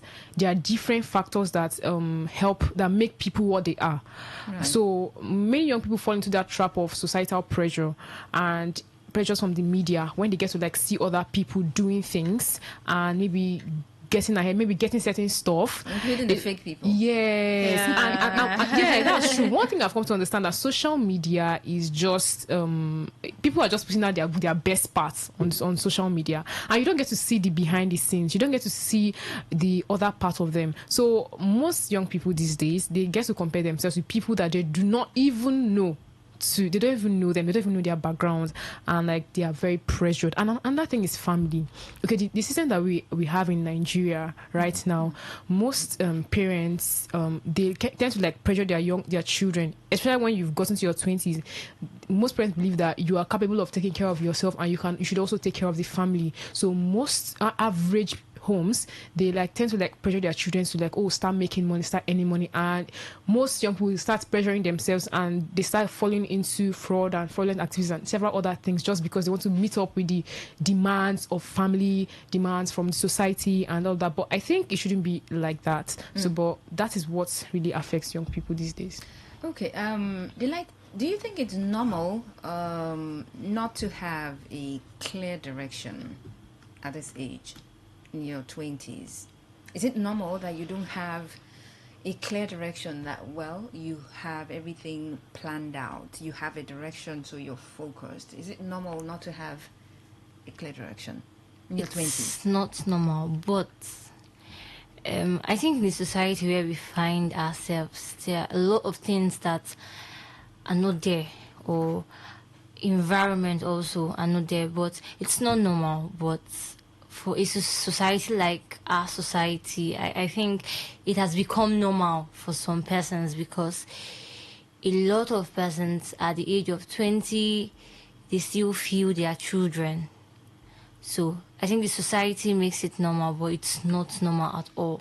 So I can't be 20 and have like,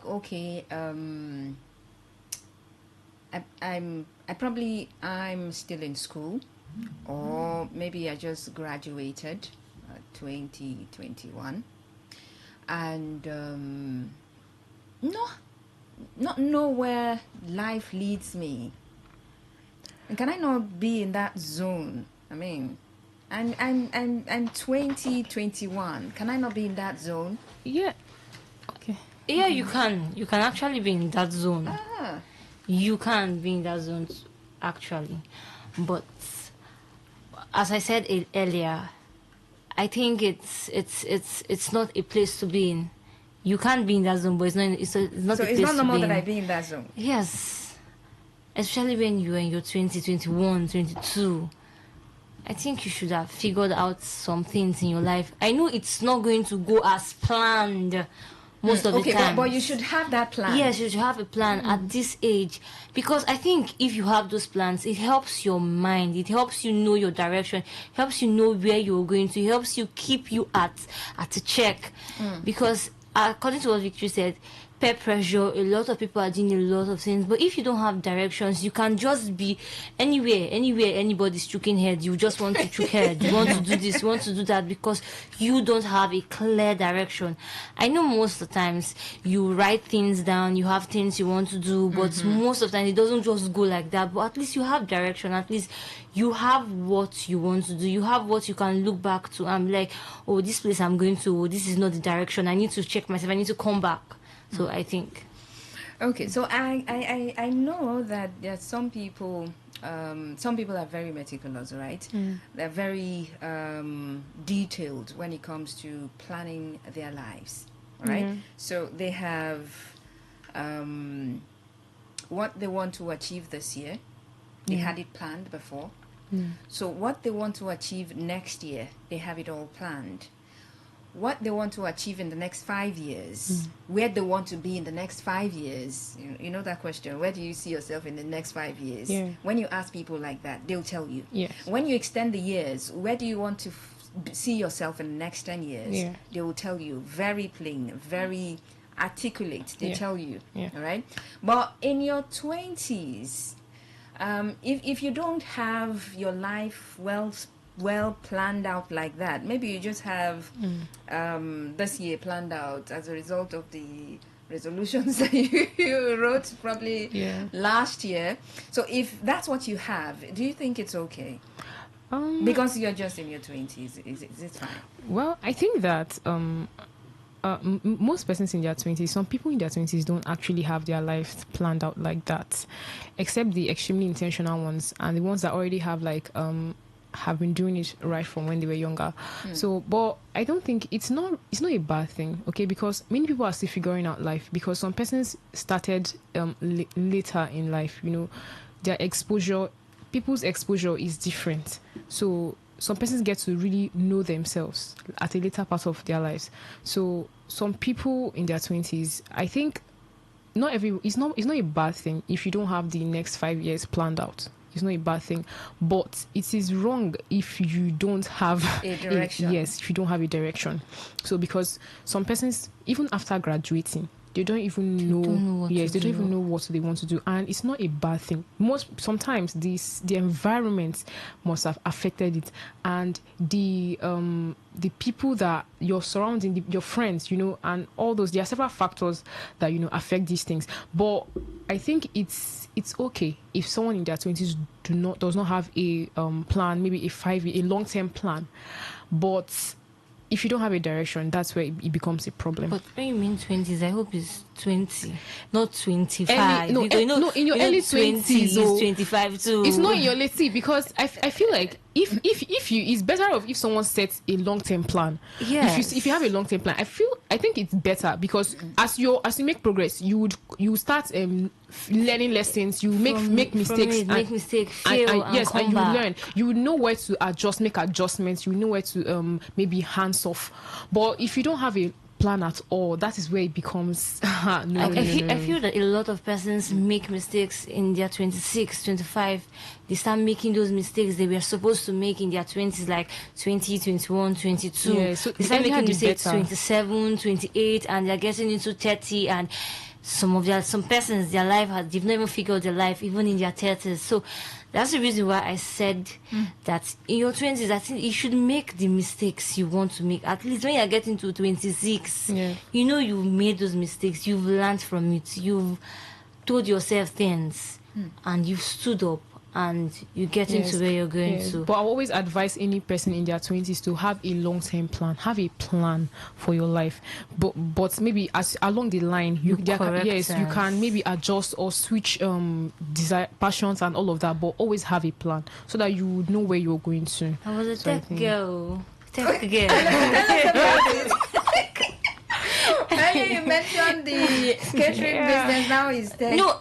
That's what I was saying. That's what she said. That I was a tech girl. Please tell us about it. You know, I went to NIT. I wanted to do tech. Very passionate tech girl. I learned coding. At what point did you? I knew coding was not for me. No, but at what point did you decide that you wanted to be a tech girly? At 19, I guess. Okay, so you wanted to go into tech. Yes. At 19. Why? Because sincerely, tech was what was giving money at the time. What's the intention?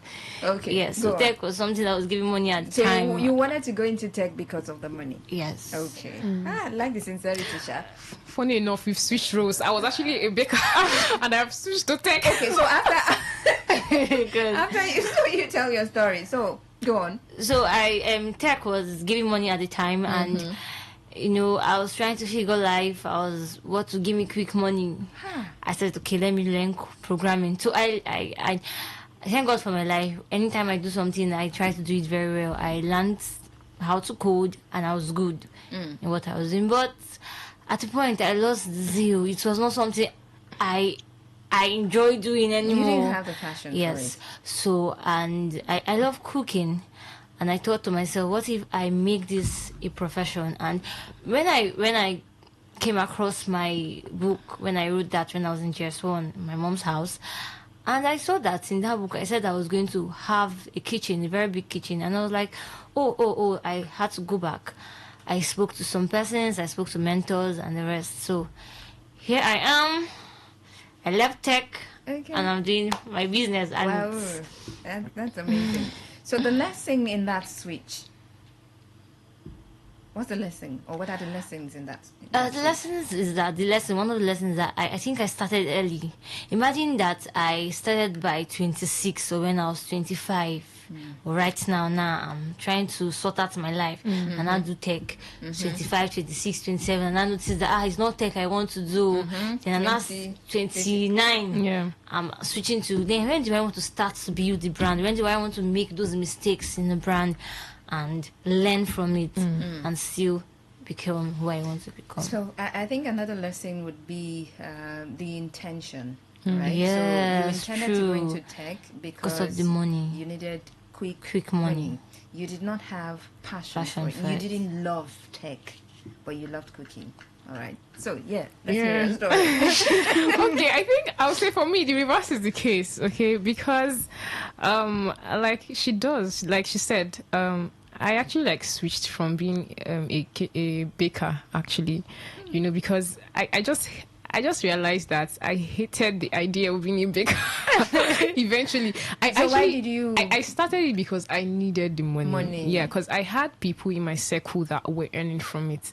So at that young age, I think I started around 18 or 19 thereabout. So I felt like, oh wow, I could actually build a brand. I can make money and all of that. But I'm actually grateful that I did that because no knowledge is wasted. True. No knowledge is wasted. Now I have experience in that area, that field, where if I see someone that is trying to make a decision, a choice, from analyzing the person's doings, person's desires, I would be able to tell if this person really wants to do this or not. So actually, I just hated the idea. I was not even proud to call myself a baker. I hated this passion. Wow. But I actually got to realize it when I started. So at some point, I said, oh, God, okay, this is not for me. But was the money coming? Yeah, the money was coming, actually. Okay. Yeah, the money was coming. And I actually had a plan. I projected myself how it is going to be like in the next few years. But along the line, I realized that this is not something that I want to be doing. I don't want to be someone that would be in a particular place and be doing something, one thing. So I now realize I'm someone that loves to explore. I love to bring out new ideas. I love to innovate. I love to collaborate with different people. I love the idea of social media and maybe making something out of the digital space. So I had to transition into digital the media and all of that, into tech. So currently now I'm a social media manager. I'm a social media manager. I'm a tech girl. Yeah, anything that has to do with digital skill, anything online and all of that. So I really love the idea because there is so much that I've come to realize, so many opportunities. So it's not even like it's not a smooth path. Okay, it's not like a one straight road. So there are like bumps on the road, but I know that this is what I want to do. I'm very convinced about it at this point. So now I'm just happy that I started earlier. You know, I had that burning desire. I remember when I was so passionate about baking, I was just so excited about it. So I'm just happy that I started it at you were not earlier age. About okay. I just wanted to make money. Exactly. Your motivation was the money. Yes, my motivation was the money. But now my desires have changed, you know. Yeah, because I've come to understand certain things. I have evolved from that youthful exuberance, that desire to like just make money. You know, I've evolved, I've learned, I've grown, I've exposed myself to a lot of things. I've built my mind. Now I know that I should be building something long term. I should be building something that would eventually provide real solution. So it's not like as if baking is wrong, but it's not for me. Okay. So, yeah. Now, you just mentioned the desire for making money. I mean, your stories, similar stories. The reason you wanted to go into tech was because you wanted to make quick money. The reason you wanted to go into baking was to make money as well, because some of your friends were making money out of it, so you wanted to go there and make some money. Now, the conversation for some people is that, especially people of this generation, okay, so in your 20s, or people in their 20s, there's this desire to, and of course with the way the world is going, there's this desire to make money, make some money. Yeah. What do you, aside that, or would you say that is like the biggest challenge for, let's say, people in their early 20s? I think yes, that is like one of the biggest challenges for people in their 20s, because if you observe the society today, everybody wants to make money. Even me, I want to make money, of course. But they still want to make some more money. Yes. So, but I think that shouldn't be the utmost priority. And the reason why most people want to do that is because young people want to feel among. Young people want to maybe be there. Young people want to like arrive. Everyone wants to arrive early. But I think sustainability is what matters. You know, your ability to sustain a thing, to be able to decide to build something long term, something that can produce in the long term, not just quick money, not just because you want to maybe just want to make money and feel be among the status quo, all those kind of things. But I think the major pressure that young people face in their early 20s is that drive to make money, which is not bad in itself. But if it makes someone do something that is not good, something that if it makes you do certain things that is against your standards, then I think it becomes a problem. Because of course there are young people building industries, young people building companies, making money, earning, you know, they have that kind of goal. It's not a bad thing, especially when you're doing it in the right space. You're doing it with the right intention. But if you're being pressured to do it, you're doing it because you want to feel among, you're doing it because you want to show off as your early 20s, then maybe if things are not working, you're now trying to look for a way to like just do certain things against your standard, then I think it's a wrong thing. But that's one of the major pressure that young people face, honestly. I'm talking from the standpoint of a 20 something year old. So, yeah. Right, Delight. The challenge I think for is people in the 20s. Money. To make money. You know, in the society where we are, as a drive to make quick money. Yes, society where we are, you need money actually to get into places. True. you need money to get into places, and you need money to be respected, especially in the society where we are. So I think it's one of the reasons why a young person wants to make that money. Just want to be respected, they want to talk and be heard. You get, and it's not supposed to be like that, actually. I think that's one of the pressure. Okay. Have you ever been confused at some point in life? Victory. That very word. confused about life. Yes. Was it at the point where you wanted to make the switch, or it was at a different point? Yes, I think at the point where or at different times. Well, specifically for me, was at the point when I wanted to make the switch. I had to actually pray about it. Specifically, I had to pray about it because it was really a very challenging moment. Were you in that zone of adulthood is a scam? Well, for me, I don't really believe that adulthood is a scam. I don't have that idea. But you were just confused. Yes, right, yes, basically, yeah. So I was just in this space where I was like, oh God, what if I leave this business and I start this? What's it gonna be like? And you feel like living again to the next. Yes, I don't want to I actually wanted to just build something. I just wanted to be consistent with one particular thing. So switching over, I was just like, oh God, I don't want to now switch over again. I just want to do this. So that was the only area of my life where I've ever felt like, maybe I didn't know what to do. But eventually, by the help of the Holy Spirit, I was able to navigate my way, and I am very certain about what I'm doing right now. Wow. So yeah, but I know there are other people that feel confused, are confused, I mean, humans. Yeah.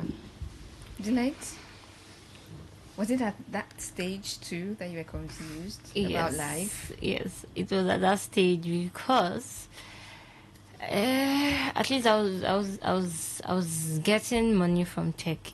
I won't say a lot of money, but I was getting money from tech. I was writing code for people, and I got paid for it.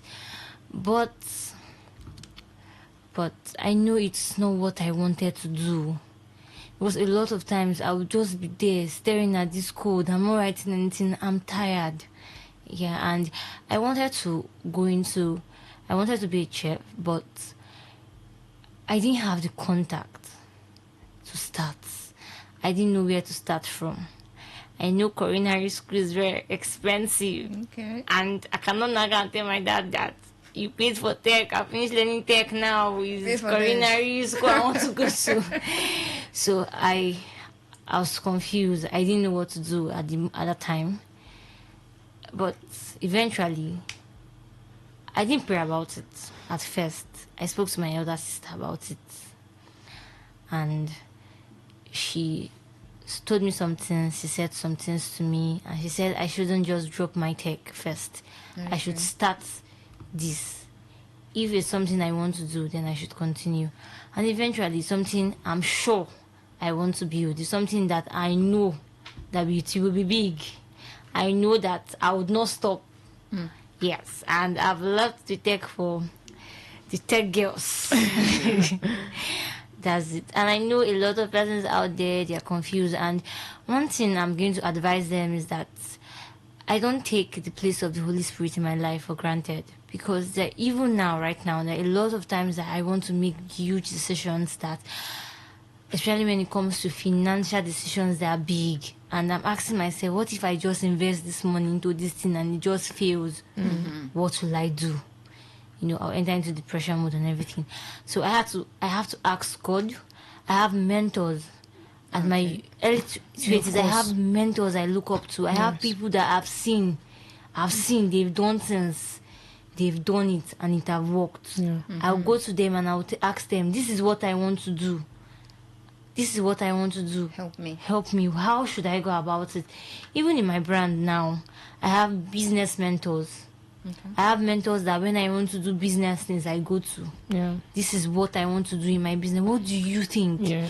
And I don't go telling them that this is what I want to do. Yeah. I go telling them, what do you think? I need you. Because a lot of times when you can't tell somebody this is what I want to do, the person will be like, you already made a choice. You've made a choice. I can't force you, an adult. So I go and ask them, what do you think I should do?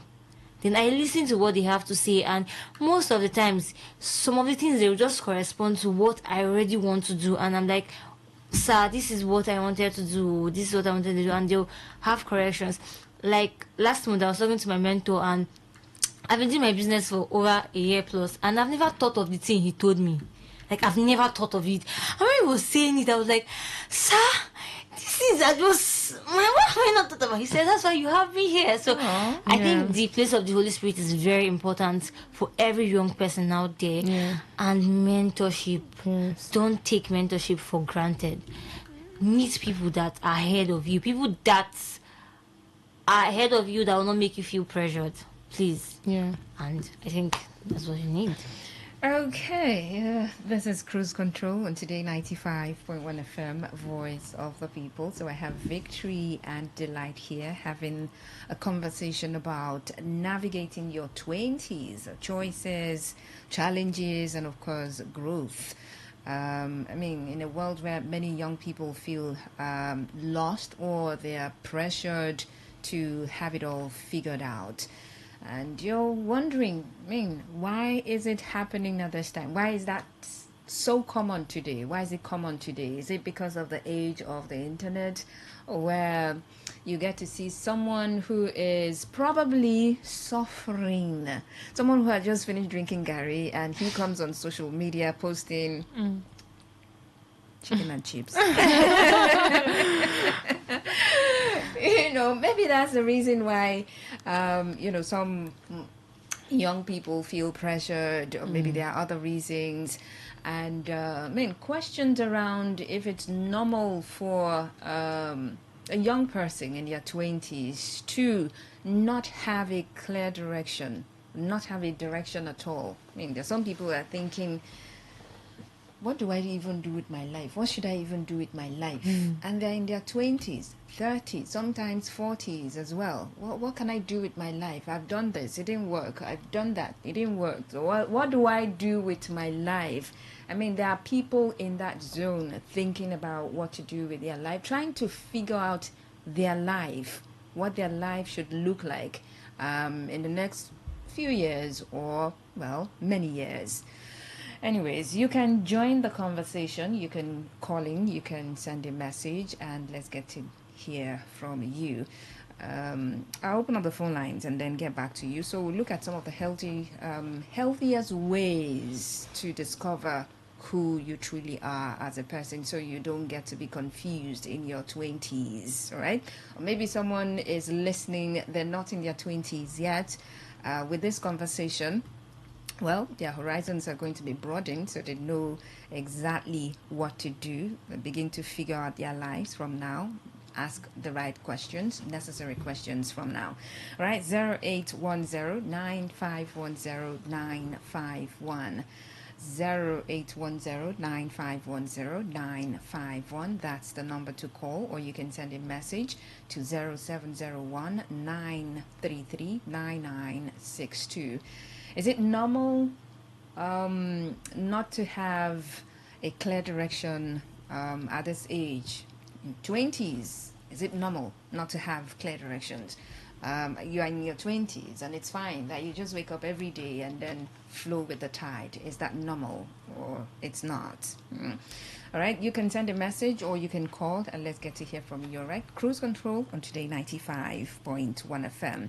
Now, let's look at some ways that you think there are healthiest ways or healthy ways to discover who you truly are before you get to the age of 20, where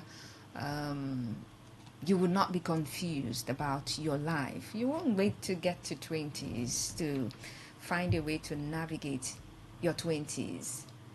Just like you want to travel and then you don't know where you're going until you get on board the bus or whatever vehicle you're using. That's when you, okay, where do I go to? Where should I travel to? I mean, how does that work? So Victory, what are some of the ways that you think that healthy ways for people, young people, to discover themselves so they don't get to go through some of the challenges? Because life in itself is a roller coaster. Yeah. There will be the challenges, but it depends on the information you have, the people around you.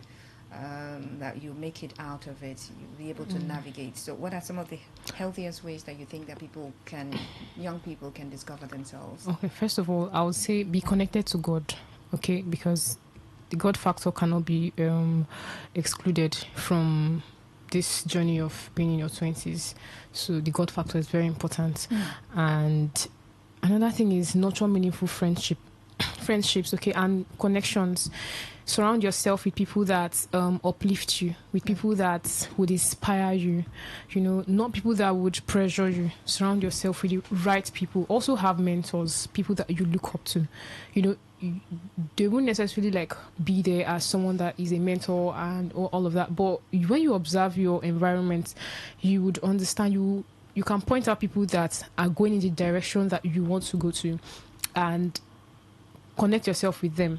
They might not even be doing what you want to do, but you know people that have a direction in life. Make sure that you're plugged in with them. And another thing is boundaries, setting healthy boundaries, because what I noticed today in today's society is that most young people don't have boundaries. They feel like this is the age where they have to be free, fly like a bird, do whatever you want. But that is a very wrong idea.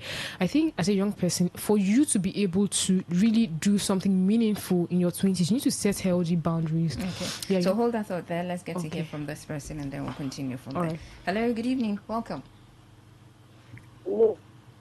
Hello, good evening. Good evening. You're welcome. Get out. You're on the radio, so you should get out. All right, when you're ready to have a conversation with us, please do well to call back 0810-9510-951. That is the number to call, or you send a message. Hello, good evening. Good evening. Yeah, you're welcome. My name is Akpan Emmanuel. Okay, Akpan Emmanuel. I'm calling from Womosi. Okay, go ahead. Okay, I dropped again. All right, do well to send a message if you're having issues getting to us via the call line. Okay, there's a number you can send a message. That is 0701-933-9962. Is it normal for a young person in their 20s not to have a clear direction about life? Is it normal? And what are some of the challenges that you think people in their 20s face? Let's hear from you. If you're in your 20s, if you're not in your 20s as well, if you've navigated past your 20s, well, feel free to share the experience with us, okay? So, yeah, Victory, go on. Okay, yeah. Like I was saying, setting healthy boundaries. Healthy boundaries is very important. You don't get to find yourself everywhere. You don't do things based on impulse or how you feel. You need to know that you have something that you want to achieve. You want to use your life. You want to do something meaningful with your life. So you have to set boundaries and know the areas, get involved, go to attend events, okay? Uplifting events, read books. Books are something, these are books I cannot even overemphasize the importance of reading books, because books can change your perspective. When you read books, it opens your mind to possibilities. I think even before I began seeing myself dreaming or having visions or writing a vision board, I had already read books that have made me travel far beyond my environment. So reading is very important, and also attending seminars. That is where you find people that have navigated their lives. So when you get connected with them, you notice that you would improve in no time. So I think that is my advice. Okay, so before I get to Delight, let's read from this person. Hello, good evening, Fasil and the team. The people in their 20s at this time, with the advent of the likes of TikTok, Facebook, Instagram, how do you think they want to be able to have a clear direction in life? It is very distracting. Okay. I understand, but with all of this, like you said, if you have the right people around you, you'll be able to navigate your life. You'll be able to know when to cut off the distractions and all of those. So, yeah, Delight. Yeah, it's true. Everybody's saying mentorship. Please, healthy mentorships. Yes. I repeat, healthy mentorship. I know I'm saying it though. Healthy mentorship, yeah. And yes, reading books, seminars. And what I did when I was a bit younger, I started paying for most of the seminars I attend. Not all though. I started paying because I noticed that when you pay for something, you take it very seriously. So I sometimes I'll ask my dad for money. Sometimes my dad will never give me. I would save and I'll pay and I'll attend some classes. I think this first seminar I went to, I paid at 2 years ago. I paid 3,000 naira to attend, and I was so happy because it was my money. I was very happy, and I went very early for that event, and it changed my thinking. It changed the way I see life. It changed the way I see myself. You get, and it changed how I see myself. I see myself so big. Just a moment. Let's see if this person can get through. Hello, good evening. Hello. You're welcome. Good evening. Go on, we're listening. I wanted to report something. You can send a message. All right? You can send us a message, 0701-933-9962. Send a message to that number. Thank you. All right. So when you attend seminars, when you read book, it changes the way you think. Because, as Victory said, our environment matters a lot. Yes. My pastor will always say that we should not compare ourselves to people, because a lot of times their environment affects the way they think. But we can now not say that because we are in this kind of environment, we start acting like our environment. So I think we should read books, attend seminars, have healthy mentorship. Healthy mentorship. Mentor do you something? No, because a lot of young persons they catch feelings a lot. So I know why the reason why I'm saying healthy mentorship, because but healthy mentorship. Will I say mentor do you something? No, please, no. Mentor do you something. It's not like that. Or mentor do somebody where you know strong thing. No, but I think a lot of young girls, a lot of young people, they actually catch feelings a lot. When you are too nice to a lady, she now starts. So that's why I'm saying healthy mentorship, because all of us we have been saying mentorship. So they don't now enter something. A mentor could be a guy or a lady. Yes, a lady. So I think healthy one. Okay. All right, that is our show for tonight. Thank you so much, ladies, for coming on the show. And I'm sure that someone listening now, will take advice. And the pieces of advice that you've given on the show tonight, they will take it, hold it dearly, and find a way to navigate. If they're not in their 20s yet, I'm sure that they would work towards it. Okay, let's see. Let me see. Hi. Good evening. Sorry, please. Okay. What's going on? Someone speaking Calabari there. But thank you so much, ladies, for coming. Victory and Delight for coming on the show and making someone who is trying to navigate their lives.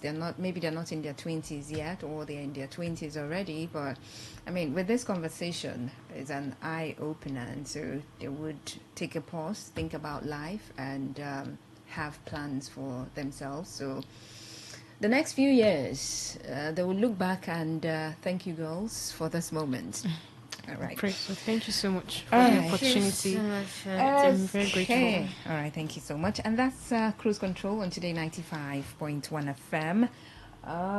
Coming up next at the 9 o'clock hour is Sunday Family Special. Stay with us.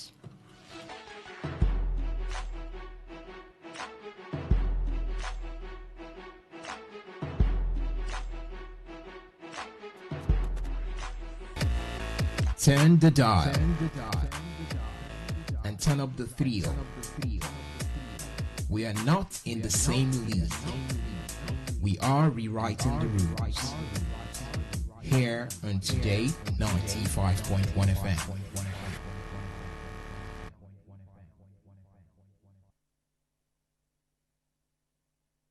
Today 95.1 FM, where news meets insight, sports meets passion, and entertainment meets excellence. Expert analysis from seasoned professionals and our top analysts, informing, educating, and entertaining you. Your voice, your station. We are the voice of the people.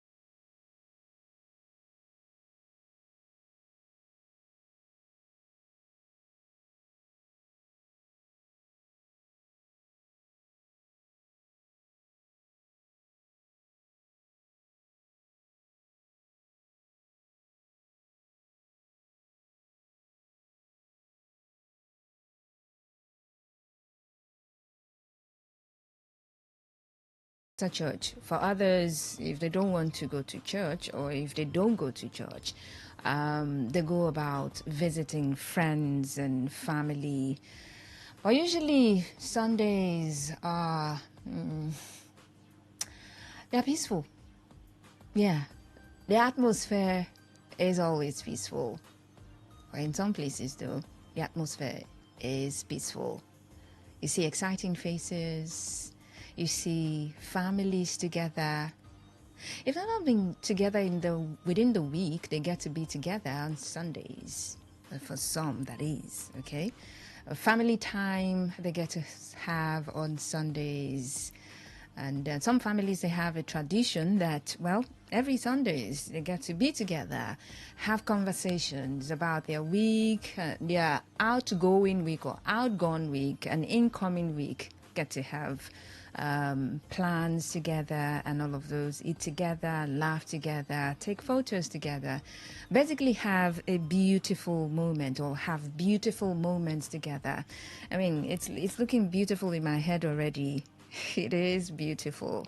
I hope your Sunday was beautiful, has been beautiful, and it would be beautiful till you go to bed and wake up to a beautiful Monday morning.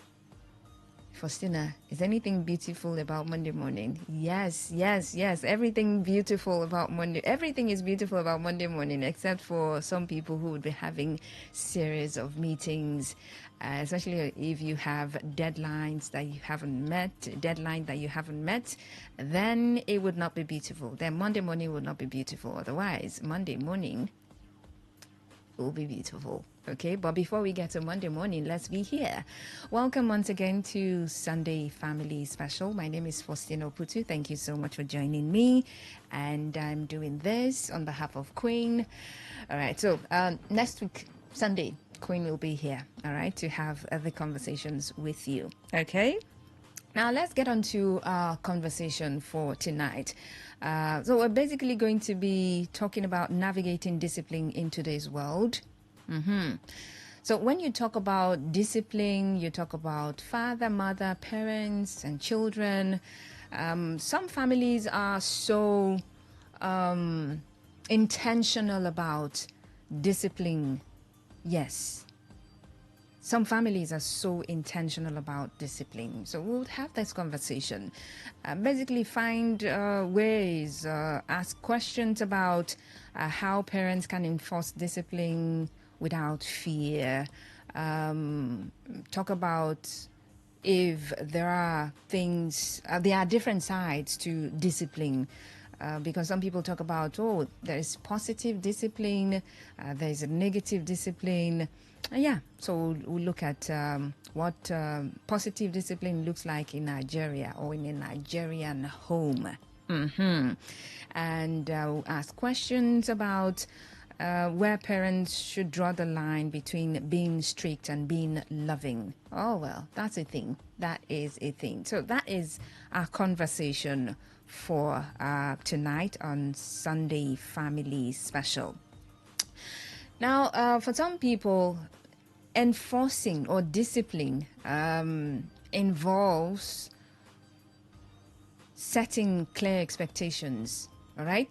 Rules, regulations, and they have devised ways. Some parents have devised ways, Now, before they get to that point, before the parents get to that point, this happens during the period of courtship. Before you marry, you talk about, and I know some parents who have conversations about parenting styles, how they want to bring up their children, and so they're on the same page. Or this is how we would, when we have our kids, they know the number of kids that they would have. Some, they come together to say, I want to have how many kids should we have? So the man probably would say, let's have 2. The woman probably would say, let's have 3. But at the end of the day, they come to some sort of consensus, and they come to an agreement to have the number of kids that they want to have.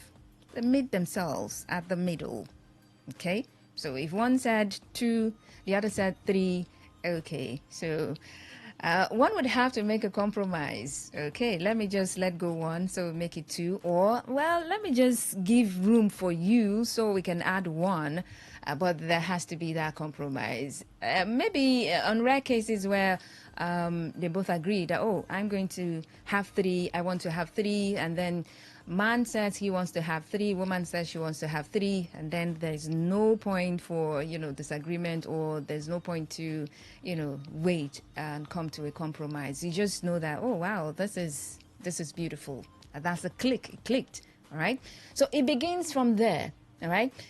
After knowing the number of kids that they want to have, all right, so they begin or they go ahead to talk about how they want to bring up these kids, the 3 kids or the 4 kids, whatever number of kids that they plan to have together. They have conversations on how they want to bring up these kids. And I think that for different homes, they want to talk about rules. They want to talk about expectations, what they expect from their children. So we're going to have kids, and our kids are going to be like this. They're going to do this. This is how we want to.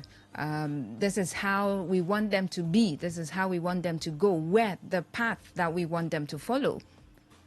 So there is that conversation of setting clear expectations, using some consistent, and of course you want to talk about age appropriate consequences for misbehavior. Yes, there is that, very, very important, because these kids will grow from different ages. From 1 they get to 2, from 2 they get to 3, and up and up and up they go. So that happens. So for the different ages, you want to devise different ways, age-appropriate consequences for misbehavior, for when they misbehave. And I think that, looking at some families, some have just consequences. They have plans for consequences for misbehavior. So there's no mix. So it's just about the consequences for misbehavior. So if you misbehave, this is what is going to happen to you. You're going to be grounded. You're going to be flogged. Well, some people don't do flogging, all right? So if you misbehave, you're going to be in the naughty room. Yeah, naughty corner. Yeah, you're going to be in the naughty corner. If you misbehave, you're going to do this. All of those consequences painted out for the child or for the children. How about when they do something good, for good behavior? Well, some parents don't have, what to do, how to reward good behavior. No, they don't.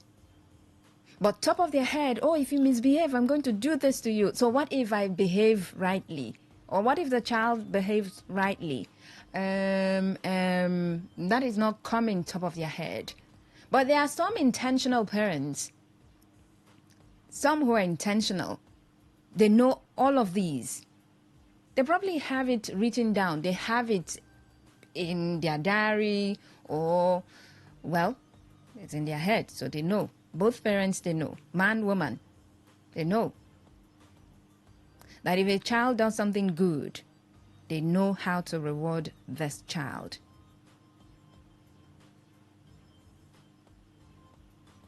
So it's not only discipline is not only when, oh, you're waiting for the child to fail so you can punish the child for that wrongdoing. All right? So for some people, there's the sandwich approach that they adopt when it comes to trying to get the child to do the right thing. The child does something bad. So I was reading an article. I think it was last week. Yeah, last week I was reading an article, and they were talking about, some parents being one-sided when it comes to discipline.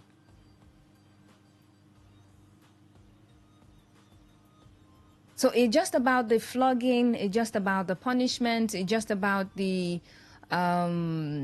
deprivation. Or they want to deprive you of something you love. They would want to deprive you of it as a way of disciplining you, as a way of punishment. They do that. But that article was talking about knowing effective strategies. Strategies such as the positive reinforcement, being calm and consistent in following through,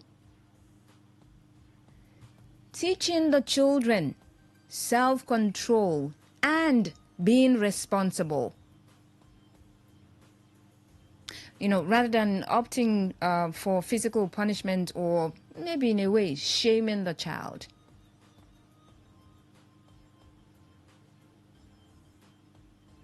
That's what some parents do. You do something. Oh, you a child maybe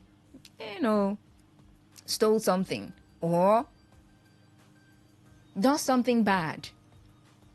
And they tell the child, you know what, when you get to school, I'm going to tell your mates that you did this. So they are going to shame you. Some parents do that. But what are you doing to the child's self-esteem? Are you trying to... Is that a positive kind of discipline?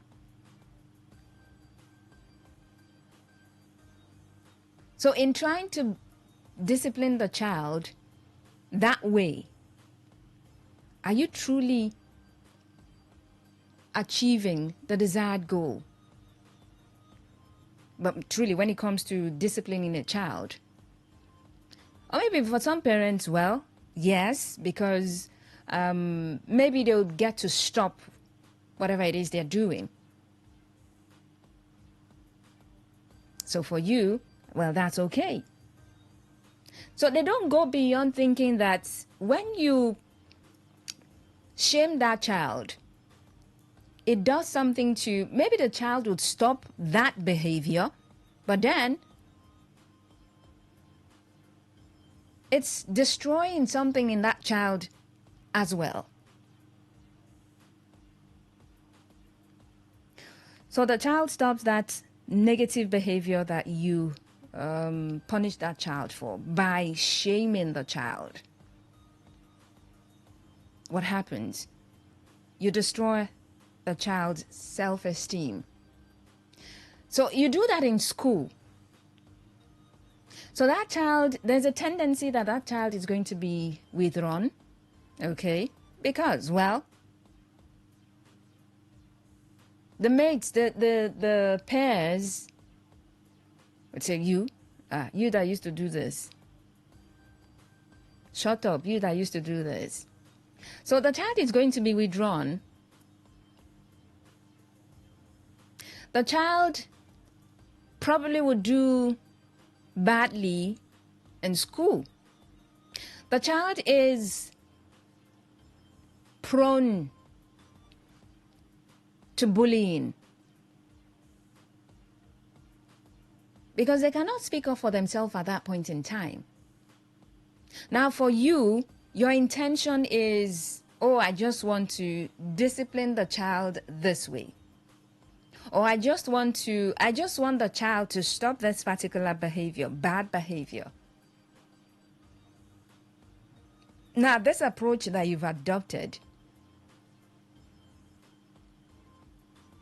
is counterproductive at the end of the day, when you look at it.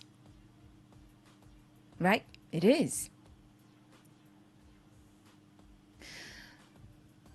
But for some others that, well, they want to adopt a very different approach, very loving, kind, sweet and all.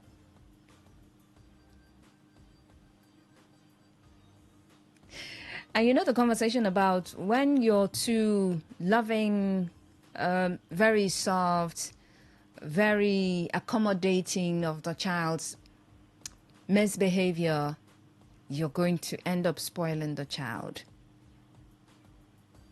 And then you get to hear people talking about, oh, that spoiled child. The parents didn't do a very good job. That's why the child has turned out this way. The parents were too, mild in their approach to discipline.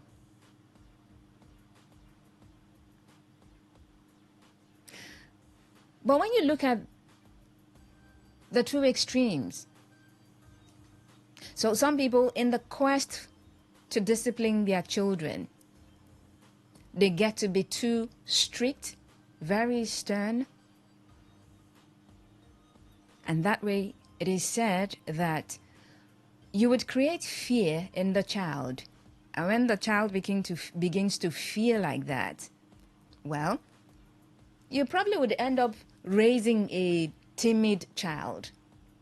And that's not what you want, right? Oh, that would not be your intention in the first place, because all you wanted was, well, the child must obey me. The child must do this. This child must stop doing this. That is your intention, was your intention. Now, you did not intend to raise a timid child, but because of the approach that you adopted, you end up raising a timid child. A child who is prone to bullying. I mean, when a child cannot speak for himself or herself, well, what do you expect? When a child begins to fear too much, so you're raising a child who is going to be withdrawn from you as well. So when that child is going through stuff, the child would not be able to open up. They will not speak with you, to you freely. As a parent, they will not open up to you. Because they fear that, well, you might just be very, very strict with them. They fear that you might do something dangerous to them. So they keep it to themselves. Or they open up to people who truly do not understand.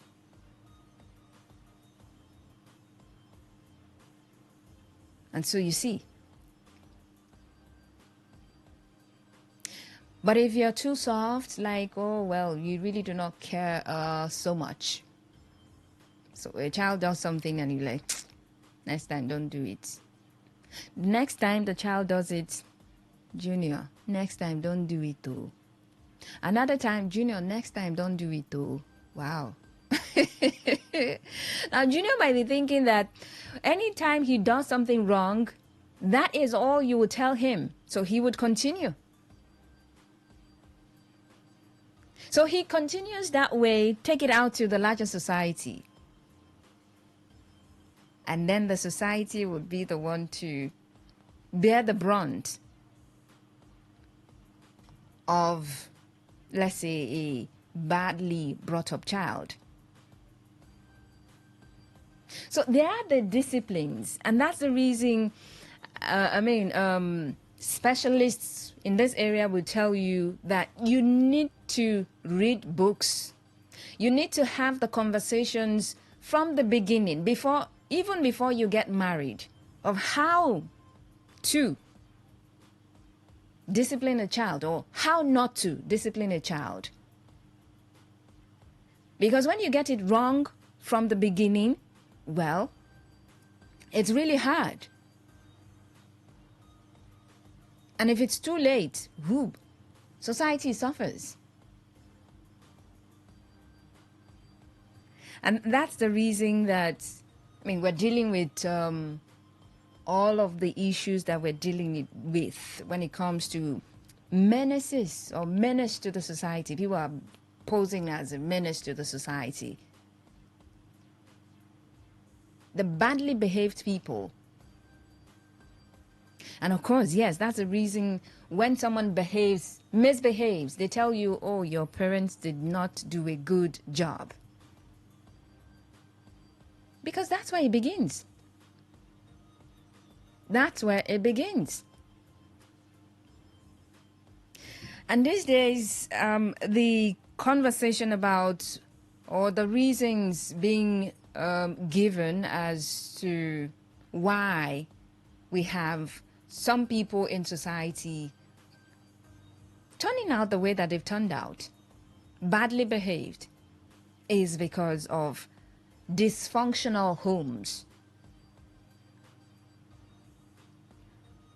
So if the mother and father, well, they really don't know what they're doing, or they're not even together, or they're not on the same page, what do you expect? What exactly do you think that child would discipline him or herself and then grow up to be a better person? Automatically.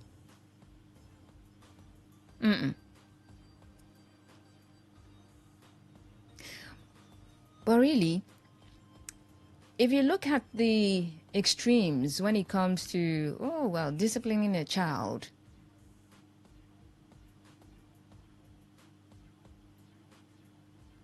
you want to talk about, finding the balance. Finding where to draw the line between being too strict and too soft. I like those two words. Too strict, too soft. You know, they say if you're too strict, they take you for granted. If you're too soft, they take you for granted. If you're too strict, they fear you. So where and how can, parents enforce discipline without fear, putting fear in the children? And of course, even themselves. Because as a parent, I'm sure you're going to be looking at yourself and wondering, okay, so if I do this too much, what would happen? Especially if you're a first-time parent. You'll just be wondering, okay, so if I'm too careful, if I'm too soft, what would happen? If I'm too strict, what do I do?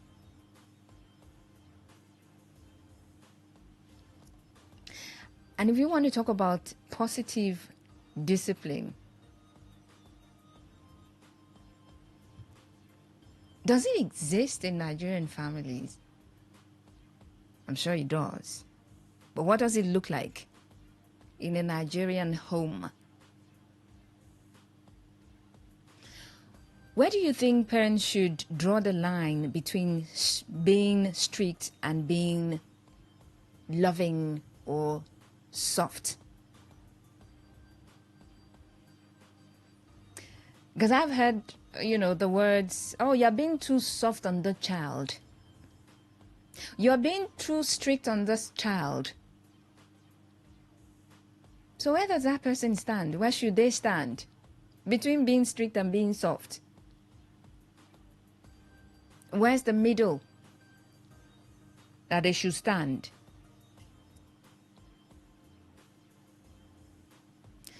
And for some people, the best kind of discipline is the one where you go all serious and stern and hard.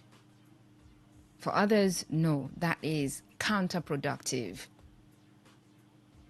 You've got to be, a little bit soft, but not too soft.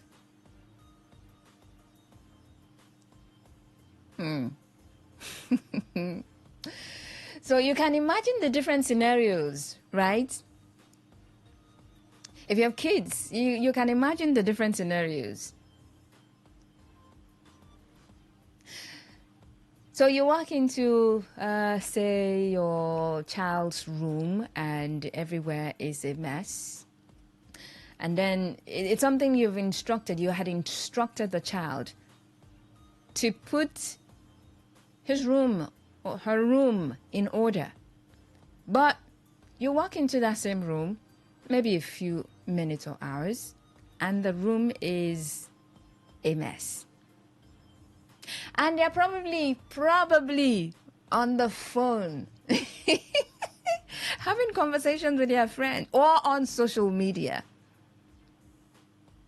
At that point, what would you do?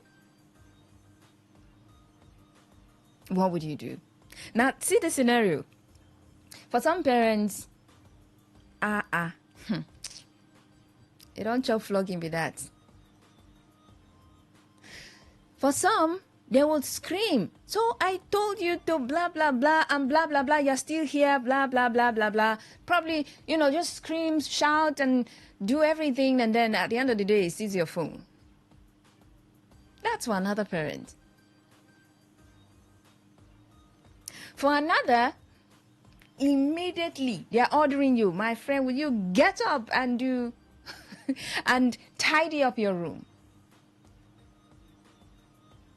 You're doing that ASAP. Right? And for some parents,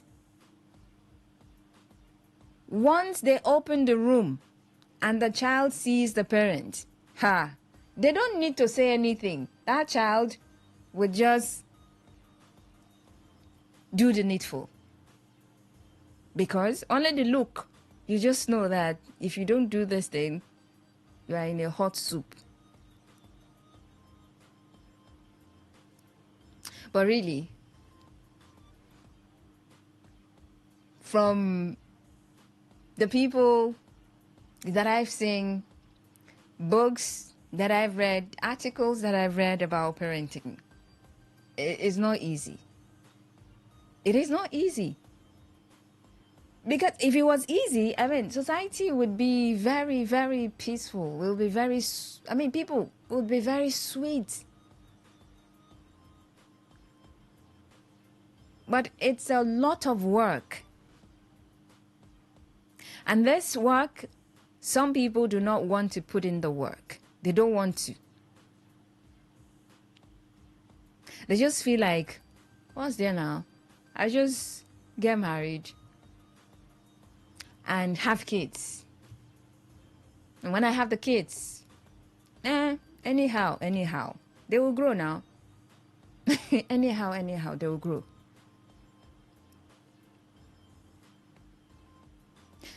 So they don't talk about, before they marry, they don't talk about parenting styles. They don't talk about how they want to get into details of how they want to discipline their children. They don't care.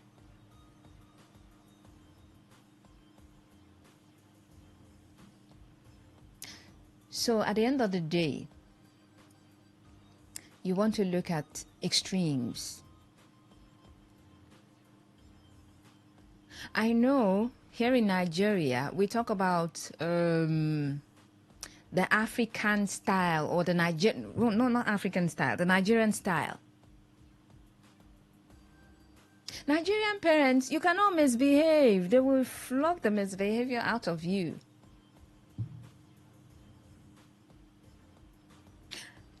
I know the shifting conversation now. Some people are talking about the fact that, that style doesn't work anymore. You see, that flogging and being strict, very stern and all of those is really not working now. You need to adopt different approaches. And yes, they say you cannot use one approach for all kids because all the children, they are different. They're born differently. So you see that flogging and punishing, serious kind of punishment. Some people say it's not working now. And others have said, It's because we've left that kind of disciplining that we have what we have now. It's bad now. They said no need to draw the line. Forget that softness. Yes, it's your child. You're going to love the child. But you don't have to handle that child with kids' gloves. You don't have to be too soft about disciplining that child or your children.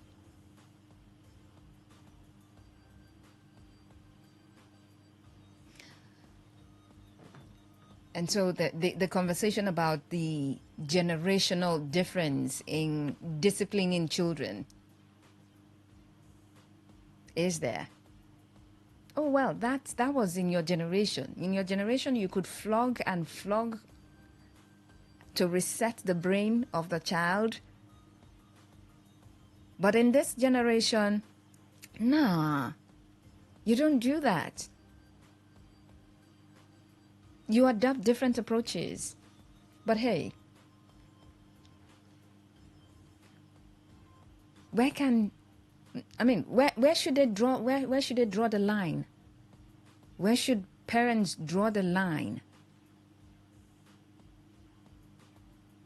between being strict and being loving and soft? All right.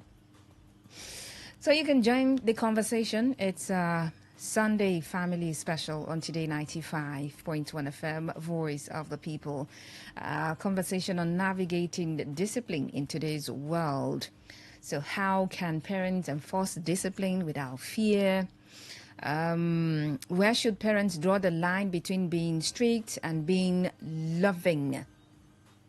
Or, well, no line should be drawn anywhere. Don't cross that line. Don't get into the territory of softness. Is that it? Just stay there. That flogging era. Go flog, Chris. Come on for your body. Wow. All right, so call the number 0810-9510-951. That is 0810-9510-951. Or you can send a message. A regular text message or WhatsApp message to 0701-933-9962. Okay. Hi, good evening. Welcome. Good evening to you, Faustina. Is this Mr. Robin?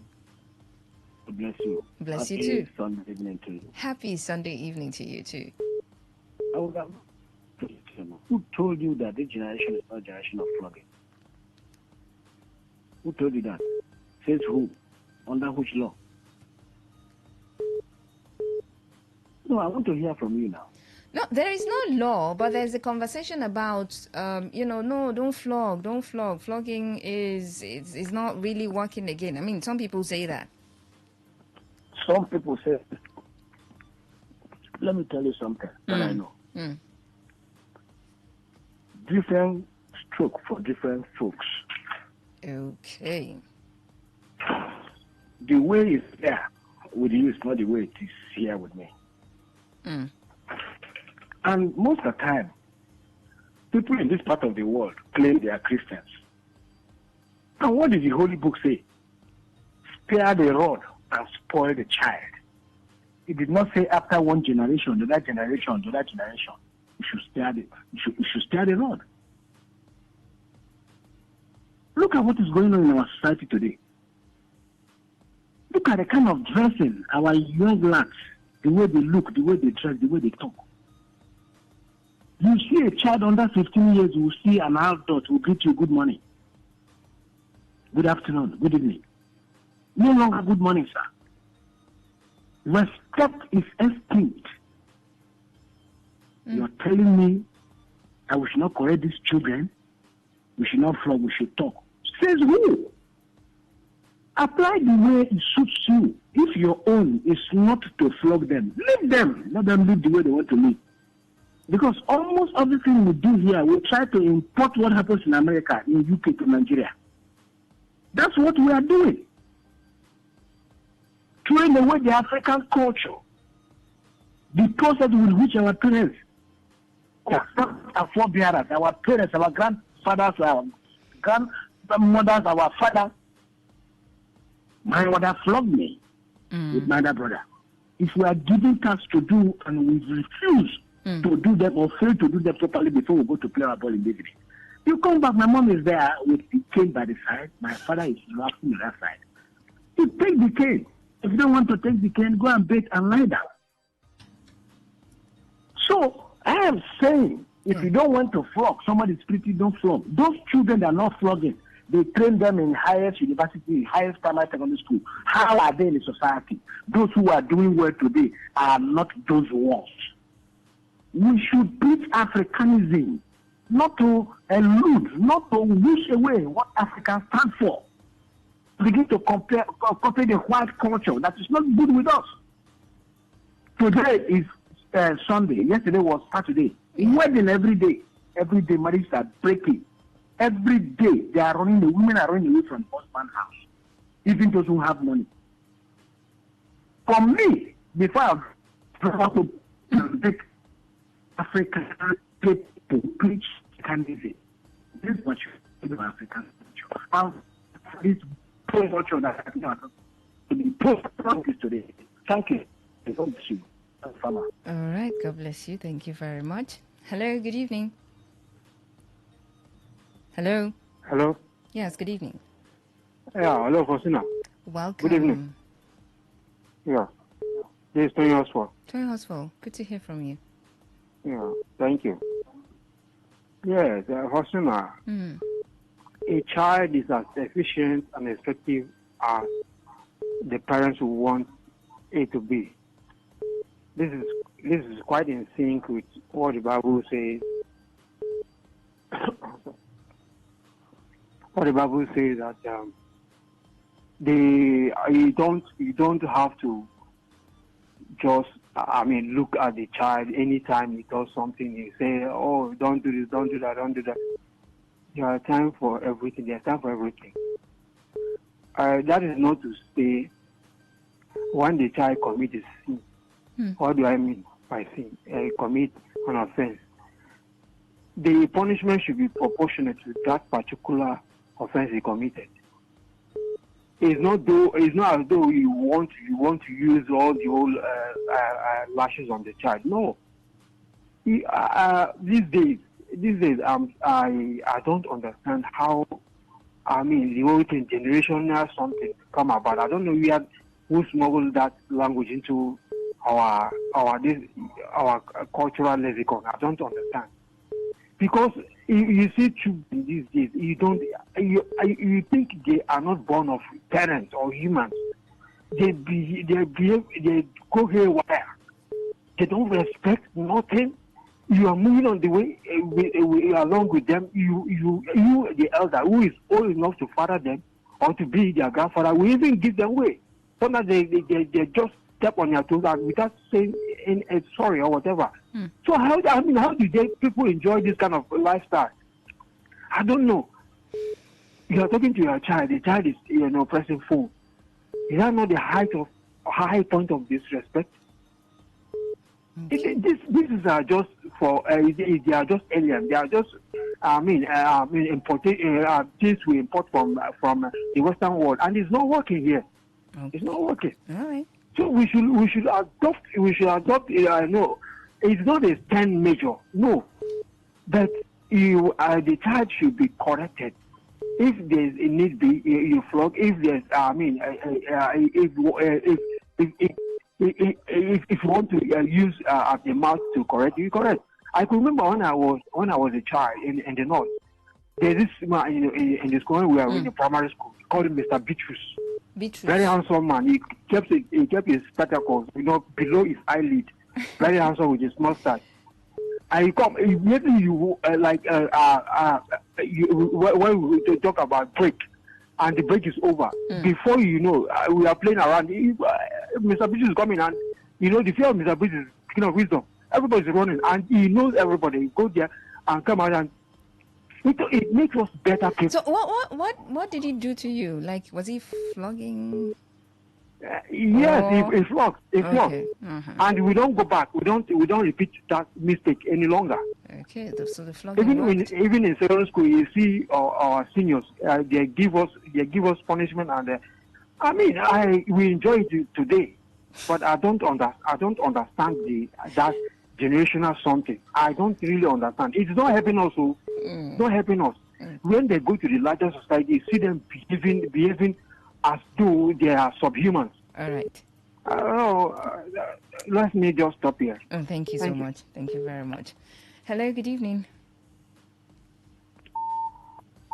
Hello, Today 95.1 FM. Are you there? Hello? Yes, good evening. Welcome. Good evening, Faustina. I'm Desmond. I'm calling from Port Harcourt. Welcome, Desmond. How are you doing? Happy Sunday. Happy Sunday to you too. I'm good. Thank you. You see, Faustina, if you ask me, I really think that this our Gen Z parenting, it's time for us to go back to the drawing board, to go back to the days of our parents. Mm. The Gen Zs, they were born by some people who they did not give birth to themselves. I know, Faustina. Okay. I know, but you see, I'm not married yet, but I believe someday I will. No, I'm not saying it's bad for you to be strict on your children, but being it's not too good for you to be too soft or loving, too strict. I think you just be a little bit strict and a little bit unique. Try to converse like that. Sometimes, some nonchalant parents, I'm sorry to use this word, they don't have time to even, no quality time to with their children. No, they are just busy with things. And you want these children you want them to be perfect. They cannot be perfect overnight. When you don't have quality time with them, you are just busy chasing money every day. And I know you need money to run the family. But sometimes, you just have to, to be around.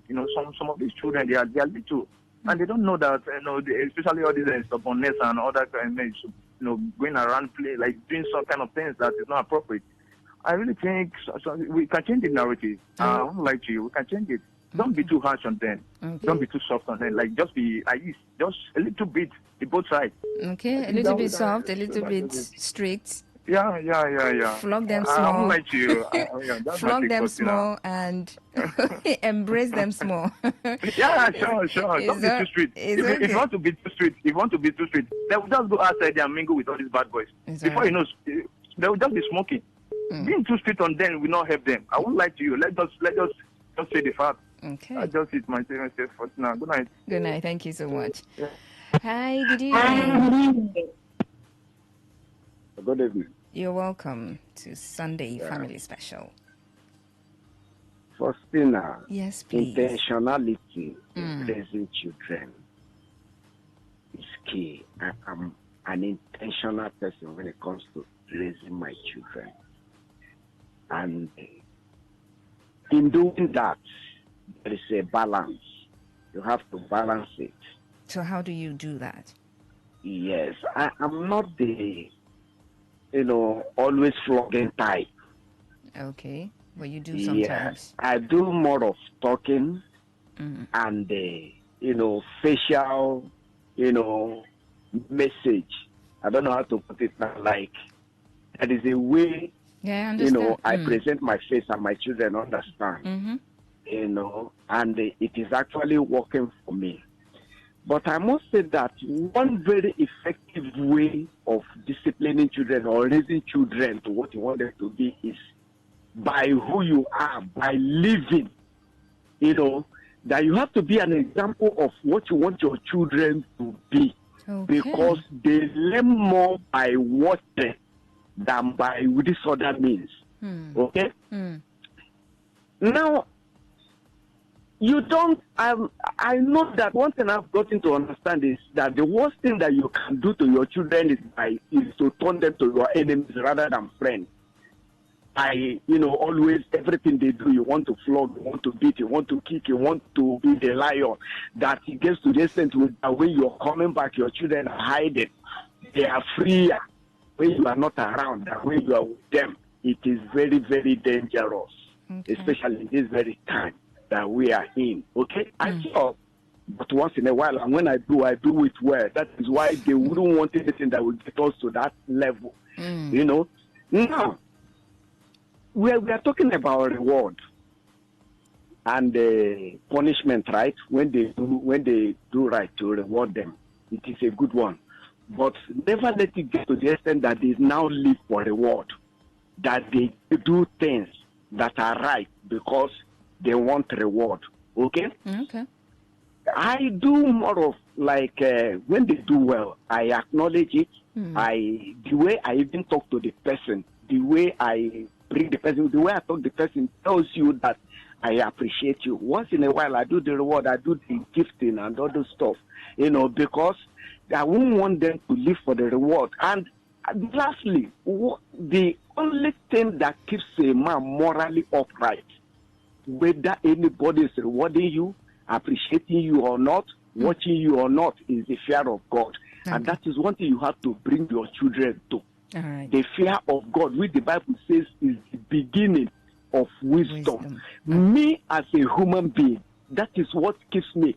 Because if you get morally upright, or if you live your life well, to be appreciated or rewarded, whether in your office, in your yard, wherever you find yourself, you will be disappointed and you will have every reason to lose yourself, to lose it. Okay. Because I get to, at times when you expect to be rewarded, sometimes when you do this thing, you see that people that you expect to appreciate you for doing this thing will even turn against you, and they, some of them will show indifference to it, and by seeing that you may want to lose yourself. Okay. But one thing that will keep you, whether anybody is watching you, whether anybody is appreciating you, whether anybody is seeing you or not, is that you know that there is a God whom you should. I don't make God my friend. I make God my Lord, and I fear Him in everything that I do, and that is what has kept me. Bring your children to that point. Thank you very much. Thank you so much, Daddy Henry. Thank you so much. I mean, I like the part you talked about. I mean, I like everything. Yeah, but the part where you said, be the person you want your children to be. Yeah, that's really very important. So if you want your child, stop, stop scattering or littering everywhere. I mean, begin from you. Do it yourself. So if you want your child to always read, if you want your child to be an avid reader, read. Show the child the way. Right?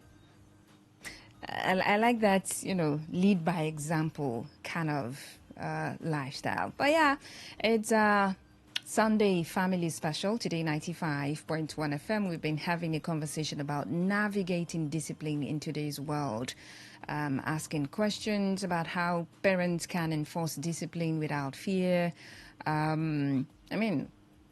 That positive discipline that people talk about, what does it look like in a Nigerian home? But typically, in a Nigerian home, when you say disciplining children, how should it look like?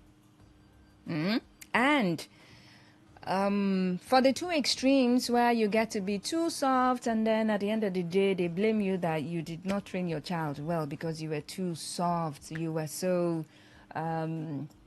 carefree about what the child has been doing. And the other end or extreme is that you were very, very strict. You were when you want to come home, they fear. When they hear your footsteps, they fear. When you do this, they fear. When you're always that parent who didn't probably create an atmosphere for the child to open up to you when they are going through certain issues. Is there a balance that can be created? Is there a way to draw a line? So you're here, you're not being too strict, you're not being too soft, but you think you're doing a good job at disciplining your children.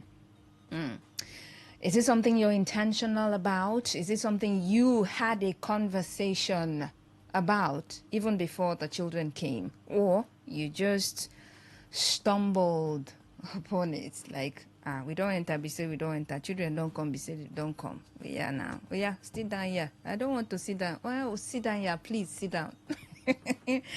I mean, the drama we see sometimes, it's a lot. It's not easy. I mean, a child of like How many years? You're telling the child to do this and then they're doing something else. It's a terrible situation. Anyway, that's the show. Sunday Family Special on Today 95.1 FM, Voice of the People, top of the hour. I bring you the world news. Thank you once again. My name is Faustina Uputu.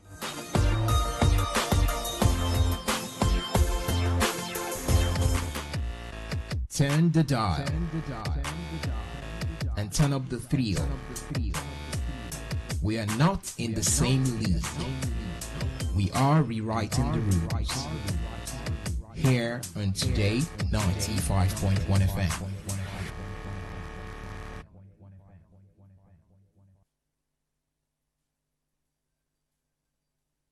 FM. Say no to the ordinary.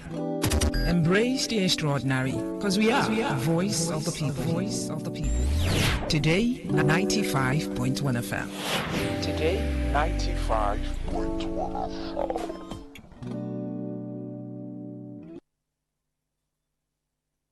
Whether it's happening in Port Harcourt, South South, Nigeria, or around the world, we've got you covered. On air, online, delivering balanced news and unbiased analysis. Today, 95.1 FM. This is Today, 95.1 FM, Port Harcourt. News.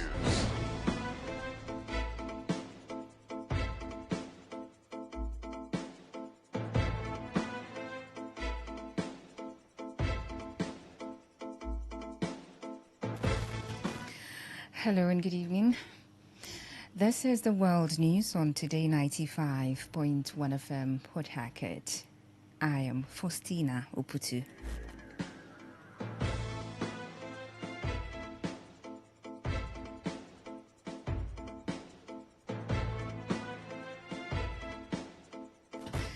In the headlines, Tinubu orders withdrawal of police officers guarding VIPs. CAN dismisses reports of 3 billion naira ransom demand by gunmen. 38 abducted Kwara worshippers regain freedom. On the foreign scene, China pledges to work closely with South Africa to deepen mutual political trust. Details in a moment.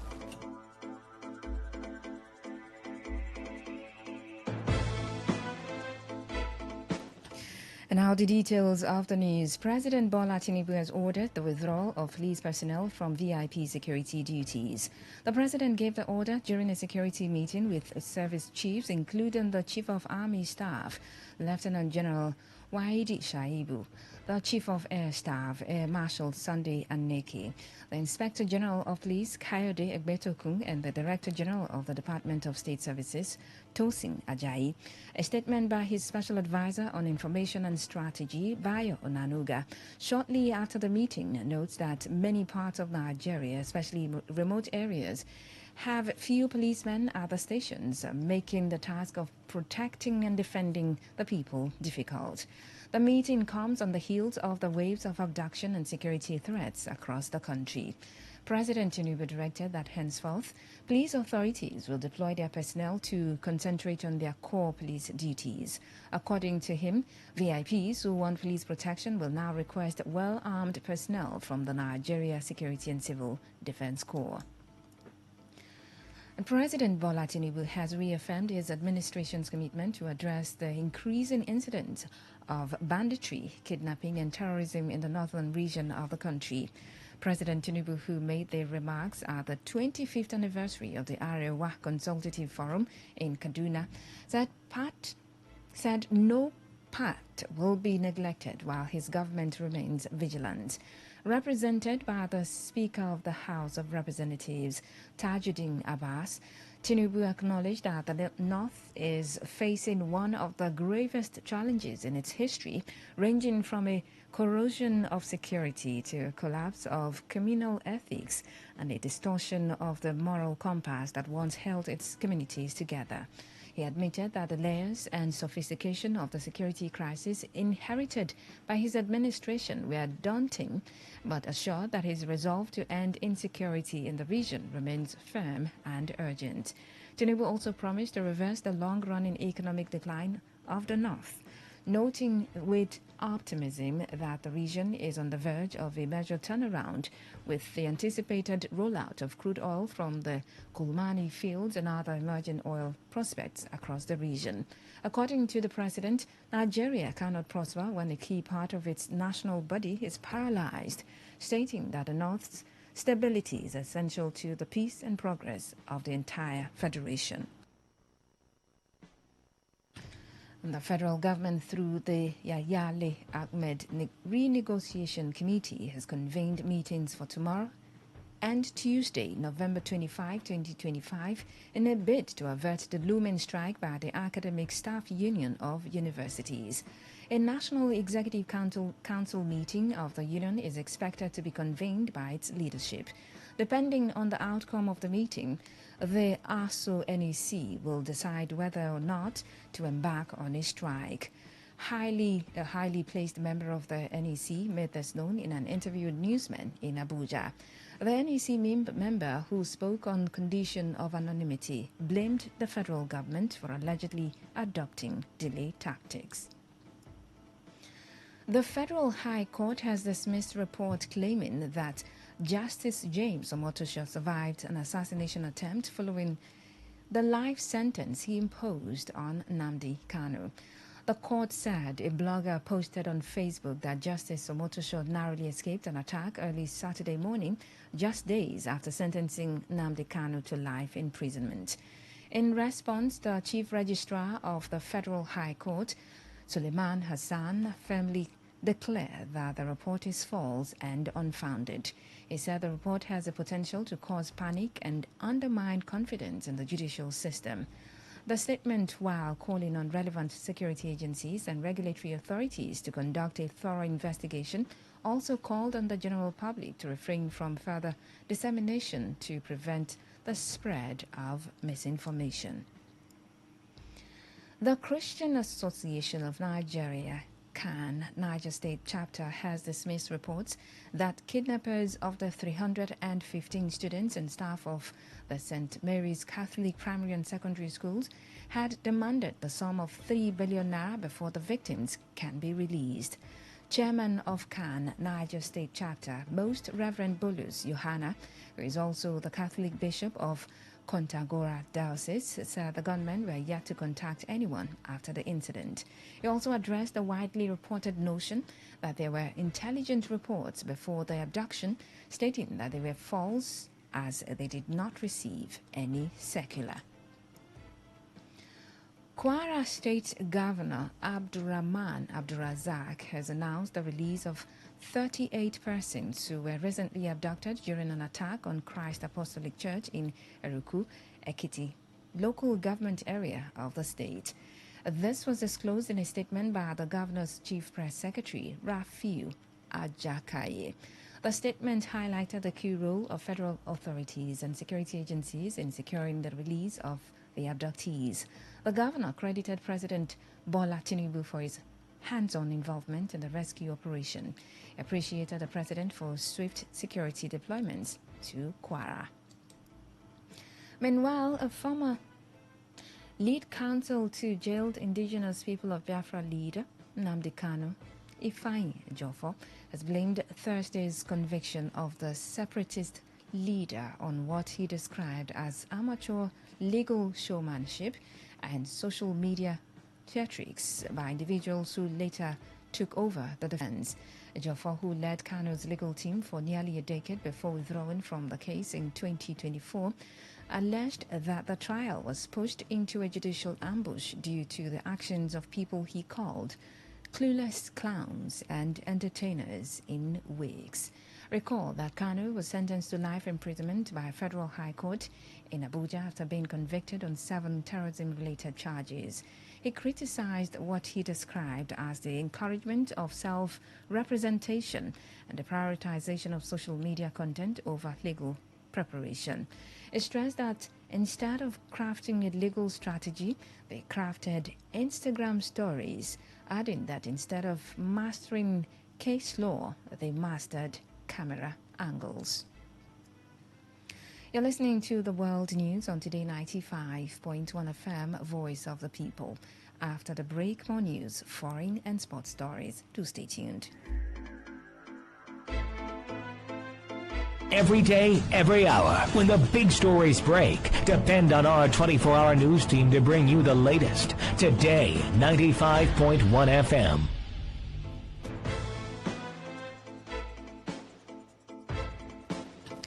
Thanks for staying tuned. Welcome back to the rest of the stories.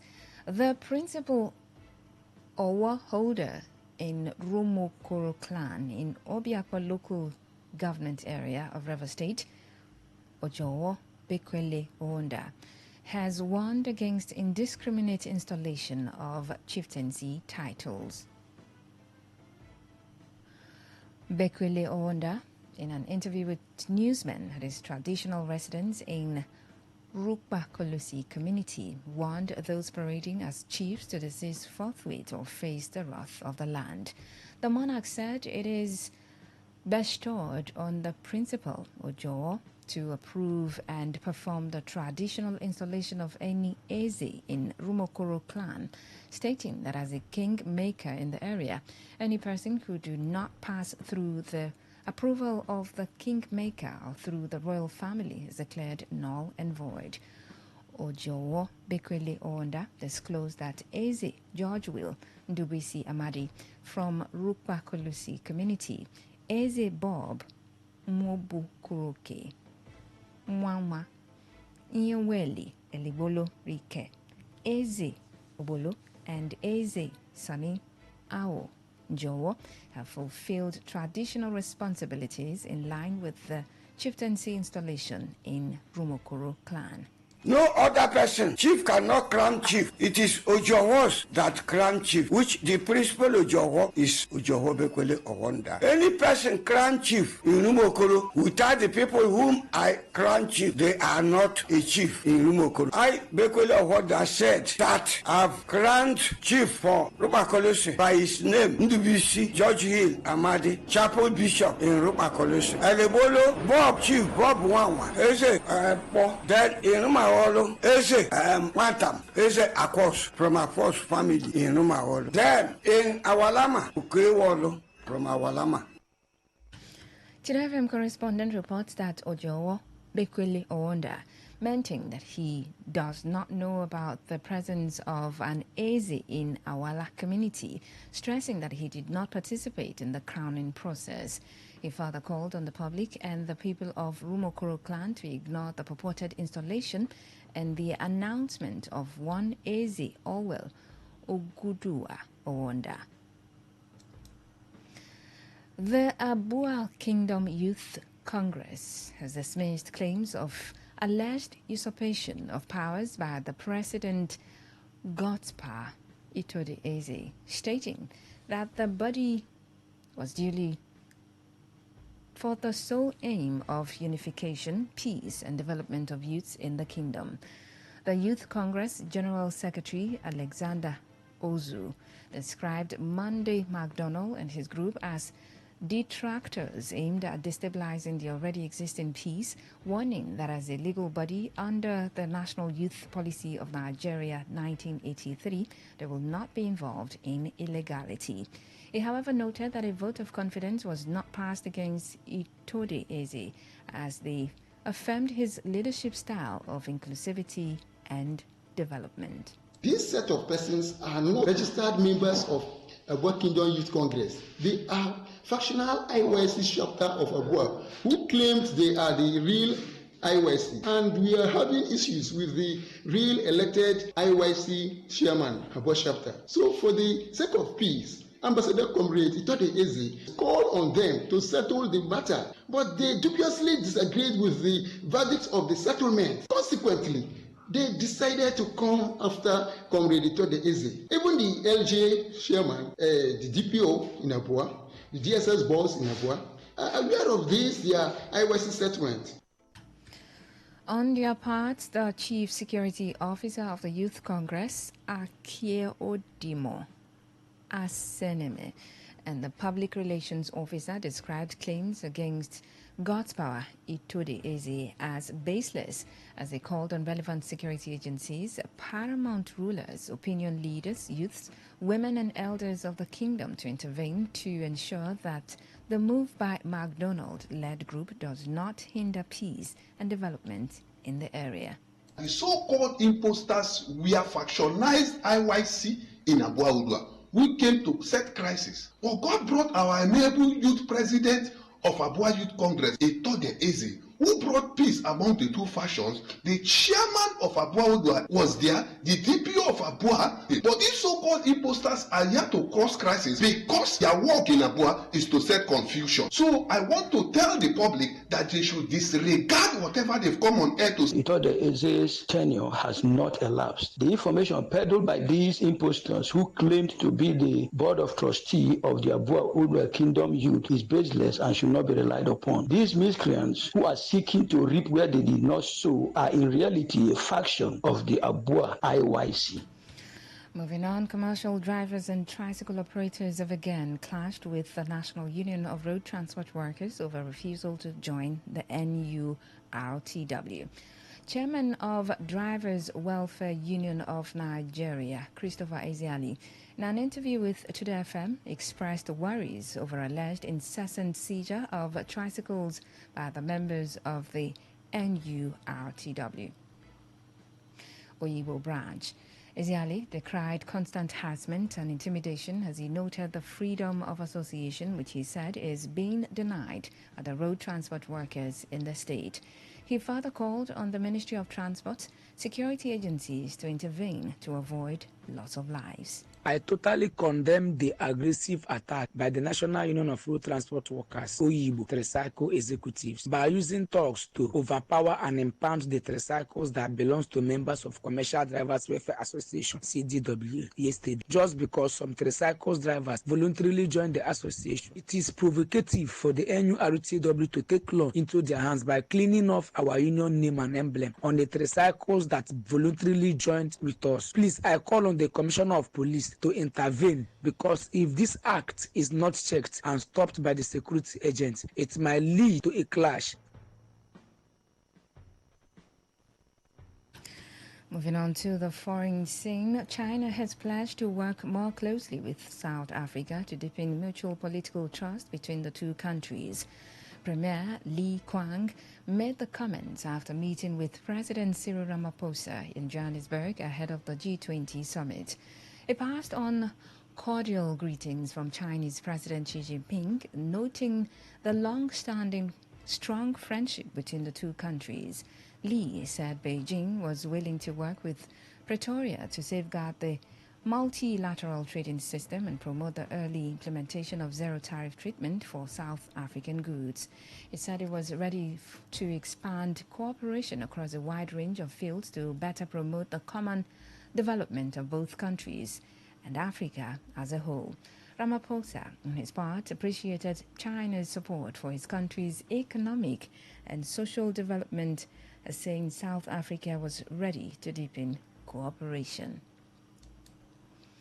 In entertainment, Performing Musicians Employers Association of Nigeria, PMAN, national headquarters, has announced the appointment of a new caretaker committee to lead the affairs of PMAN River State chapter. The appointment contained in a letter signed by National President Priti Okafor and General Secretary Elizabeth Kara Gabriel announced Mercy Reginald Otwenye, Sister Mercy, as the new administrator of PMAN River State, and John Egwim Nwokuri as State Secretary. Others include Uche Willie Thompson as Deputy Administrator, Victor F. Young, Maestro Vic as Public Relations Officer, Joy Mwininda Machuku, Joy Blissful as Treasurer, Ukot Flag Prince, Flag P as Financial Secretary, Joseph Wolo as Welfare Officer 1, Asinye Brown as Provost 1, and Augustine Obari Gomba, G1, as Provost 2. The letter stated the appointment followed recent court rulings affirming the authority of the national president, Pretty Okafor, over the property and assets of PMAN, and pursuant to Article 11M and Article 14 of the PMAN Constitution. The letter directed the new caretaker committee of PMAN River State Chapter to de-escalate crisis, guard against inflammatory communication, douse tension, and prioritize reconciliation, peace, and unity amongst entertainers and stakeholders across all PMAN structures in River State. Meanwhile, the national president of PMAN, Pretty Okafor, has called on the River State government, security agencies, and stakeholders to cooperate and work with the new leadership of PMAN in River State as she warned against dealing with unauthorized persons or imposters parading as officials of PMAN River State Chapter. My dear fellow musicians in River State, I am Pretty Okafor, the only constitutionally recognized national president of Performing Musicians Employers Association of Nigeria, PMAN. The newly appointed leadership of PMAN in River State, led by Mercy Regina, Administrator, and John Jabest, State Secretary. On this note, I call on the good people of River State government, all corporate institutions, government agencies, and all musicians to disassociate themselves from unauthorized Mozibi fake PMAN leadership in River State. Therefore, Mercy Regina and John Jabest are the only authorized and supported by PMAN National Headquarters to oversee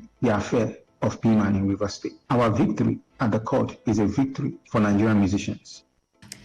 In sports, two-time world champion Anthony Joshua has vowed to break Jake Paul's face and body when they meet in their highly anticipated heavyweight bout on December 19 in Miami. The former unified champion, who has not fought since his devastating knockout loss to Daniel Dubois in September last year, issued a fierce warning to the YouTuber turned boxer at their first face-off in Miami.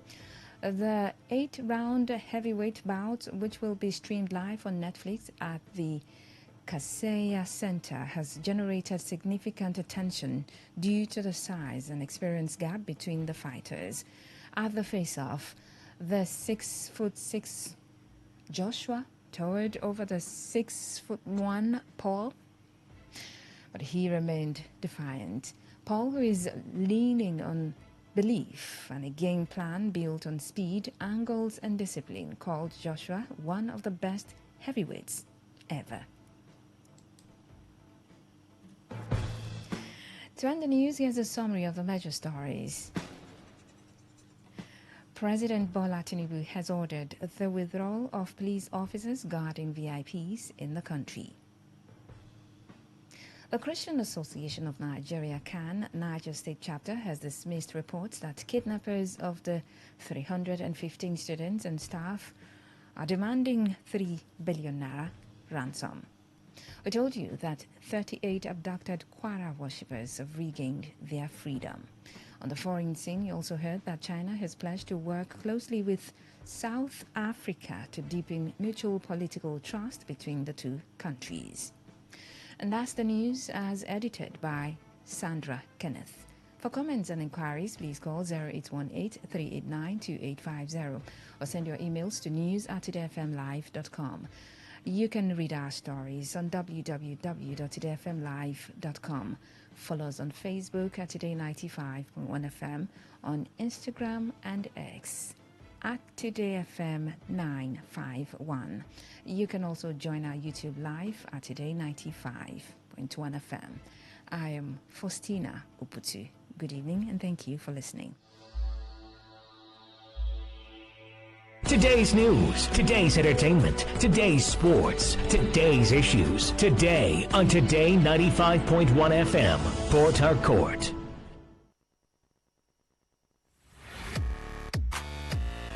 Turn the dial and turn up the thrill. We are not in the same league. We are rewriting the rules. Here on Today 95.1 FM.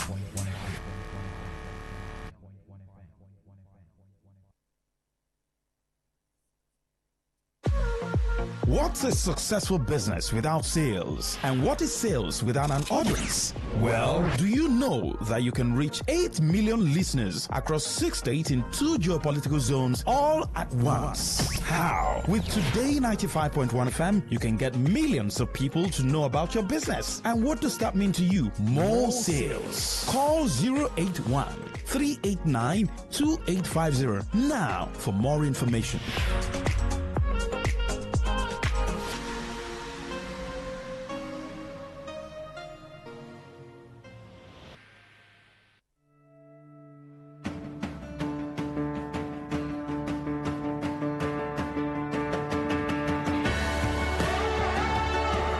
Education never ends, and we believe it starts even way earlier than most of us think. On Andre Gorgie, every Tuesday, 1 to 2 p.m., we unravel these various building blocks and its challenges that make you and I better versions of ourselves. Andre Gorgie on Today 95.1 FM.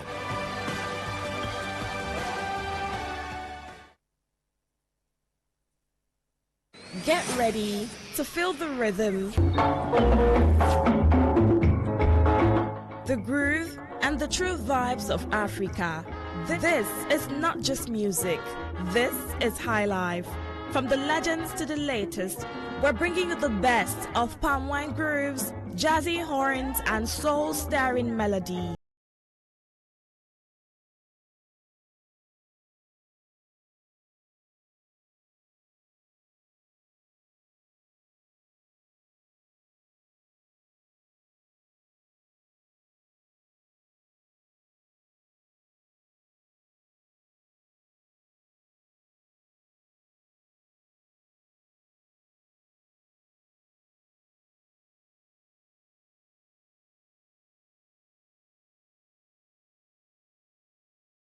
Here.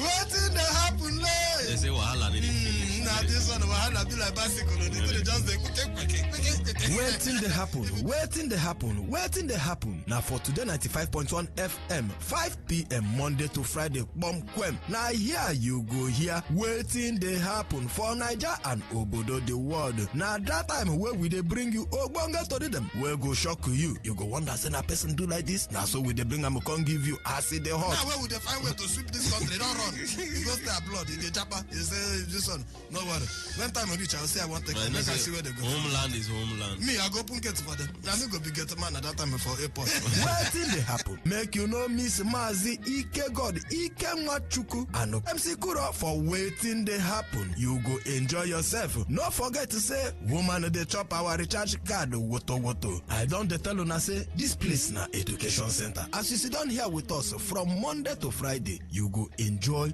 Wetin dey happen. Wetin dey happen? Make you no miss am at all.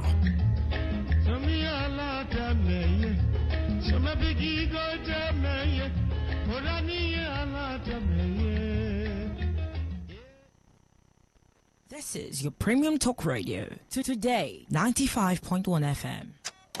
People fixing the world. Welcome to People Fixing the World from the BBC World Service, a program that's all about innovation, solutions, and change. I'm Myra Anubi, and this week we're flying over the Pacific Ocean and walking through a leafy forest as we find out about clever ways to save vulnerable animals. Today we're talking about two very different animals that have something unfortunate in common. They're both considered near threatened. Now this means unless action is taken soon, they're likely to become endangered and possibly extinct. But there are two innovative projects underway to try and stop that. In the middle of the Pacific Ocean, we'll meet the man who's saving a vulnerable species of albatross. In Mexico, there is a saying, el papá de los pollitos, which means the father of the chicks, and I am happy to feel that way. But first, let's start here in the UK with a familiar animal that you see in parks and woodlands across the country, the squirrel. The most common ones are grey squirrels, but there's a problem. Grey squirrels are in fact an invasive species, and they're slowly killing off the native red squirrel. Our reporter, Claire Bates, went to a woodland in northern England to meet a team that's hoping to control the grey squirrel population in a very surprising way. It's springtime, and I'm searching a forest with a group of government scientists. The twigs cracking under our boots. We're in a woodland in Yorkshire. It's a mixture of larch and pine, and there's plenty of waist-high nettles as well to trudge through. I've been asked to keep the exact location a secret. One researcher, Dan, holds a large metal radio antenna above his head as we listen carefully for signs of life. So as I move the receiver around, it'll get louder when I get a stronger signal. And then we hear it. That cheerful sound means the team have detected a grey squirrel nearby. They're tracking 19 of these bushy-tailed rodents so they can understand how they behave around food, with the ultimate aim of reducing their numbers. But why are grey squirrels a problem? After all, many people in the UK enjoy watching them in parks or feeding them nuts. Here to explain is Dr. Sarah Beetham from the UK's Animal and Plant Health Agency. Certainly if you live in urban areas, grey squirrels are one of the few wildlife species that you actually see.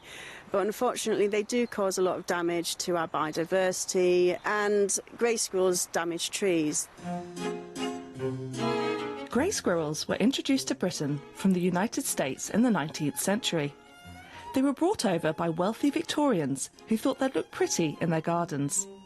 One enthusiastic duke even released dozens of them in London's public parks. But this meant trouble for the native red squirrel population. So since they were introduced to the UK in the 19th century, the grey squirrel has massively expanded in numbers and range across the country. So there's now over 2.5 million grey squirrels in the UK, and they've had a large negative impact on our native red squirrels. So there's now less than 200,000 reds in England, and they're considered endangered in England. How is it that they've managed to decimate the red population? There's direct competition for resources, but also they carry a pox virus that they can carry asymptomatically, but that's highly lethal to the reds. Without help, Eurasian red squirrels could one day go extinct in Britain. One method used to reduce grey squirrel numbers is to cull or kill them. But some animal rights organisations say these methods are cruel. And there's another problem. If you remove grey squirrels from a woodland, other greys from nearby simply move in and take their place. So scientists have started working on an unusual solution. We're developing a contraceptive bait that can be delivered in feeders. Yes, you heard that right. They're developing a contraceptive for grey squirrels to stop them breeding. While that's being developed in the lab, in the forest, they're testing out the feeders that will deliver the contraceptive bait. They want to see how often the grey squirrels visit them, and some of these squirrels have been fitted with tiny tracking devices. So we've got 19 squirrels with collars on. It's like standard GPS. They collect all the satellite locations, and then basically we need to find the squirrel to be able to get that data off the collar. The data automatically downloads when we get within a certain distance of them. So it's found it. It can now potentially download the data, and that means it's actually downloaded it. I must say, tracking down squirrels is one of my more unusual assignments.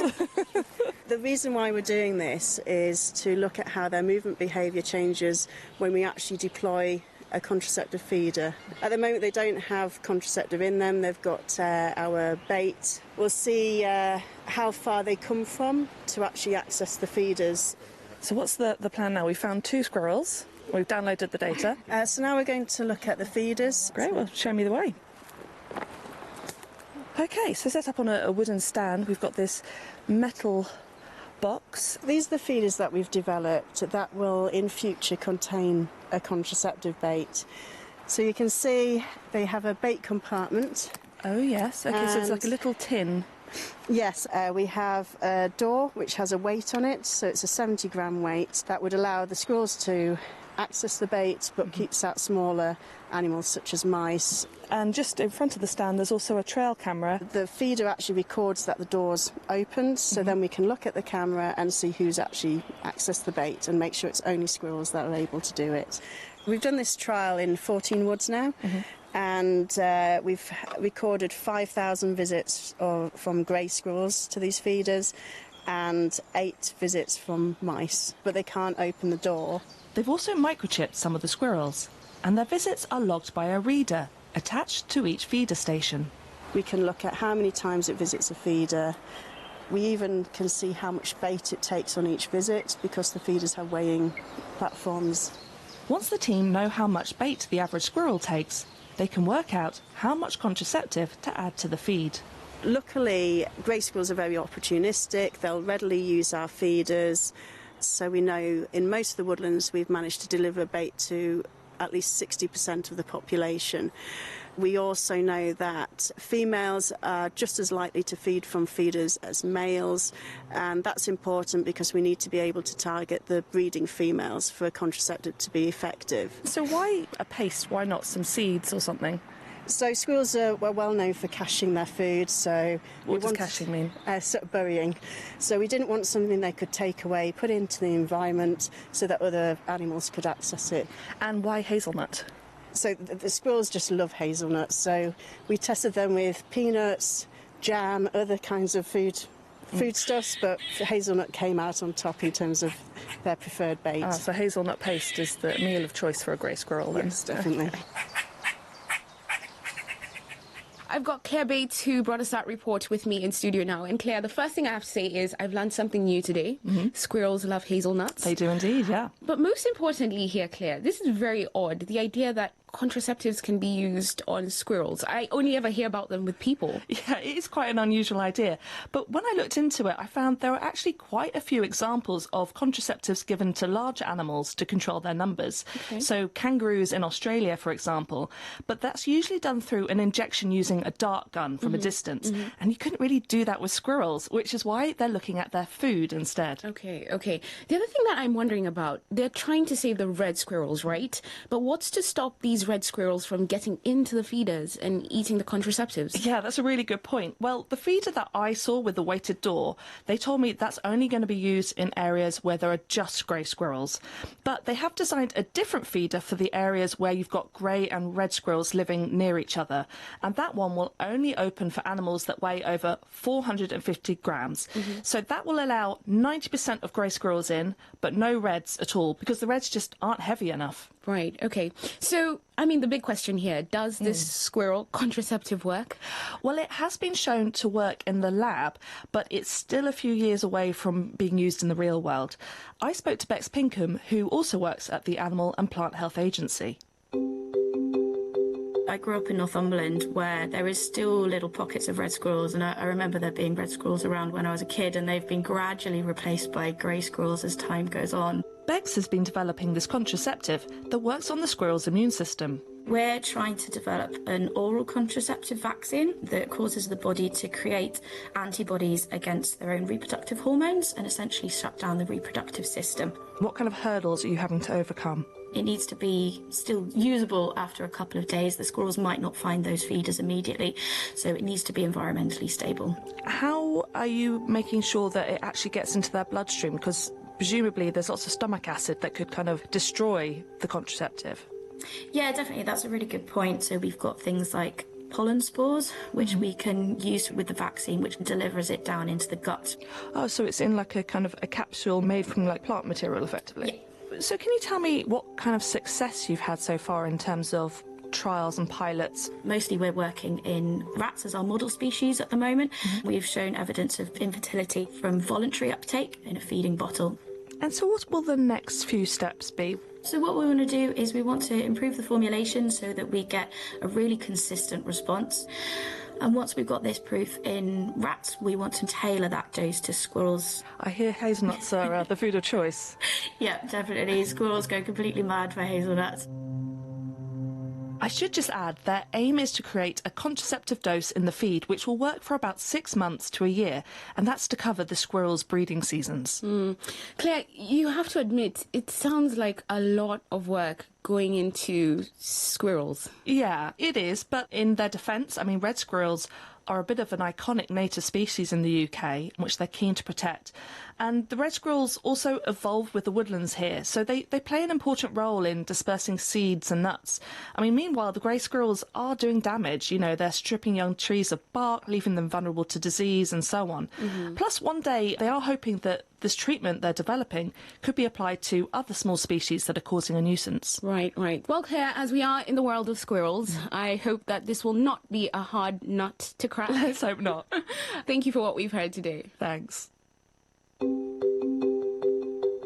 You're listening to People Fixing the World from the BBC World Service, and this week we're looking at unusual ways people are protecting vulnerable animals. Now, so far we've looked at a scheme in the UK that's hoping to protect red squirrels by giving contraceptives to the non-native grey squirrels. But now we're travelling further away to a place called Midway Atoll. It's called Midway because it's in the middle of the Pacific Ocean. This time we're looking at how one seabird species is helping another by acting as foster parents to their eggs. Those are sounds from some black-footed albatrosses, one of 22 species of albatross. These large seabirds spend most of their lives gliding over the Pacific Ocean, feeding off fish, and then each winter they return home, back to Midway Island to breed. But even here, in this remote place, they're not safe from human impact. Rising sea levels mean their home is under threat, and that sadly, this important nesting site will one day be underwater. However, teams from Mexico and the US are doing something remarkable to save them.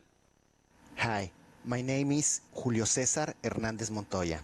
I'm lead the Albatross Conservation Project involving Laysan and black-footed albatrosses in Guadalupe Island.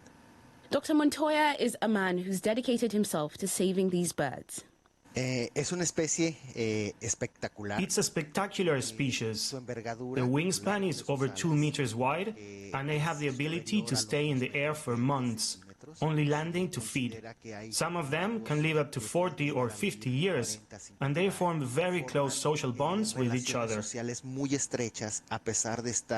These birds, they sound so majestic, but why are they under threat? What's happening to them? They mainly nest on low-lying islands in the Hawaiian archipelago, and these islands are heavily impacted by climate change. Hurricanes and storms are becoming more frequent, which are eroding and even overwhelming the islands that they nest on. You know, there might be some people listening to this wondering, why are albatrosses even important? Why do we need to keep them alive? Because they have the right to exist and thrive in a safe environment. They also have an important role in transferring nutrients between the land and the sea, and they indicate how rich biodiversity is in the region, as well as how healthy it is. So what's the plan?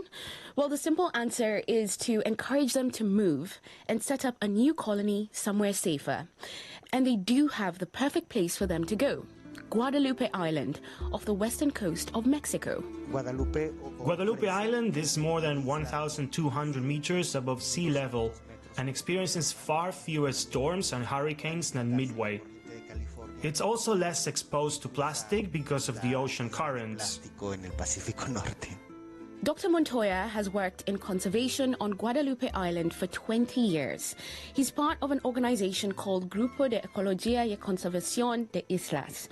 Now, they've made their island a haven for seabirds by removing 50,000 goats and 1,000 cats. The residents are very proud of their work, even creating a song about the birds, sung here by Natalia Arroyo. Albatros al vuela First, they tried to get black-footed adult albatrosses to nest on Guadalupe by setting up replica statues known as decoys on the cliffs and playing recorded courtship sounds. But that didn't work. So they changed tack. They decided to move their eggs instead, taking them from the nests in Midway to new homes in Guadalupe. And here's a clever bit. Albatross species remember the exact location where they're born. So even if they fly up to 40,000 miles a year in search of food, they can return to within a meter of their nest. If they hatch in Guadalupe, they will always make their way back home. The project would involve dozens of U.S. scientists from Pacific Rim Conservation working together with the Mexican researchers. It took years to plan, organize permits, and raise the $500,000 needed. Finally, in 2021, they were ready to transport the first few eggs. But it was quite the journey, because Guadalupe is over 3,500 miles from Midway. We moved the eggs 3 weeks before they were due to hatch. We placed them inside 2 layers of foam in containers with a heat source, so they were warm and secure. First, we flew them to Honolulu, Hawaii, where they were checked for biosecurity and they looked at our permits.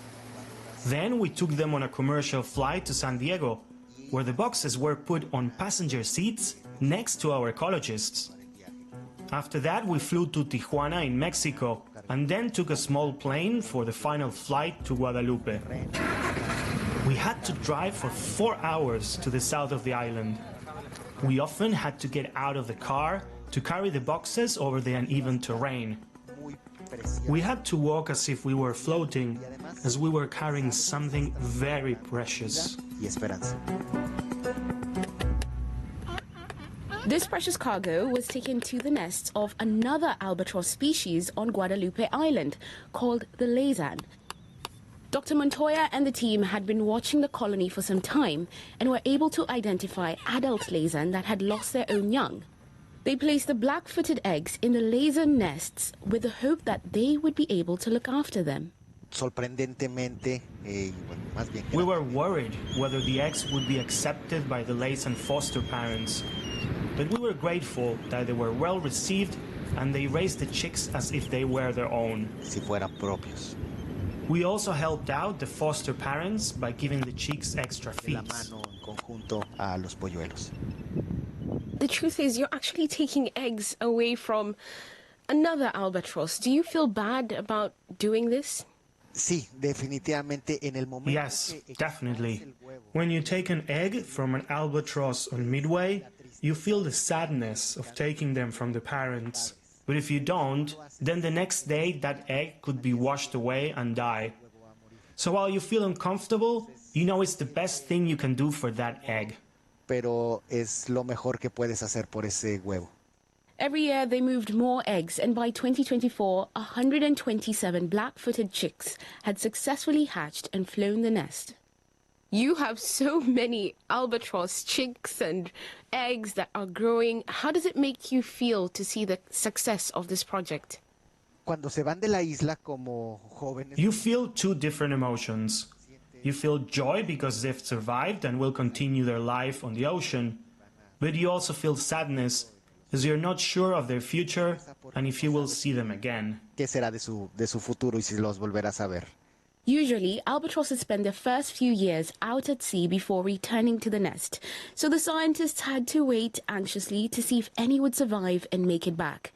And finally, this happened. Bruno was the first albatross to return to Guadalupe 3 years after he left the island. It was one of the most beautiful moments of my life. I don't have children, but I compare it to the day you see your child born. Bruno was the first of 8 birds to return, and more have been returning every year. And what's really exciting is that some of the young black-footed albatrosses have been observed practicing courtship dances. Biologically, they are ready to reproduce, but socially they're just like teenagers. It's interesting because when a black-footed albatross approaches a group of young Laysan albatrosses, they dance differently. so they are not accepted. But when they find another black-footed albatross that dances like them, they immediately form a group. How different are these dances? What do they do? What are the moves that the albatrosses have? They have a particular move, which is different from the ladies in albatross, where they lift both wings and then hide their face. It sounds a bit like the Thriller dance where we're all trying to do it here in the studio. Thank you so much, Dr. Montoya. There's quite literally a different meaning for you when people say flying out of the nest. These are your children. In Mexico, there is a saying, el papá de los pollitos, which means the father of the chicks, and I am happy to feel that way. Amazing. Thank you so much. Thank you, Dr. Montoya. Thank you very much.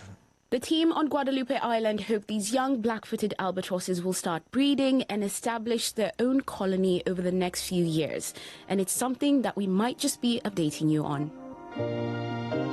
That's all we have time for today, but before we finish, I would really like to appreciate everyone who sends us messages, emails and voice notes every week telling us about lovely ideas and what they think about these solutions. Specifically today, I want to send a big shout out to Ikram from Kabul in Afghanistan, Obina, who's been listening from Lagos, Nigeria, and Layla in Delhi, India.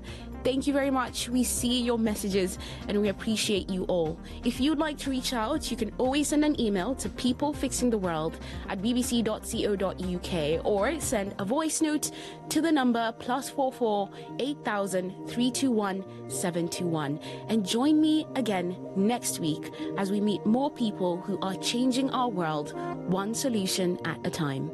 Until then, thanks for listening. To make sense of what's happening in your world, listen to What in the World by downloading the BBC World Service app. Say no to the ordinary. Embrace the extraordinary, because we are the voice of the people. Today, 95.1 FM. Today, 95.1 FM.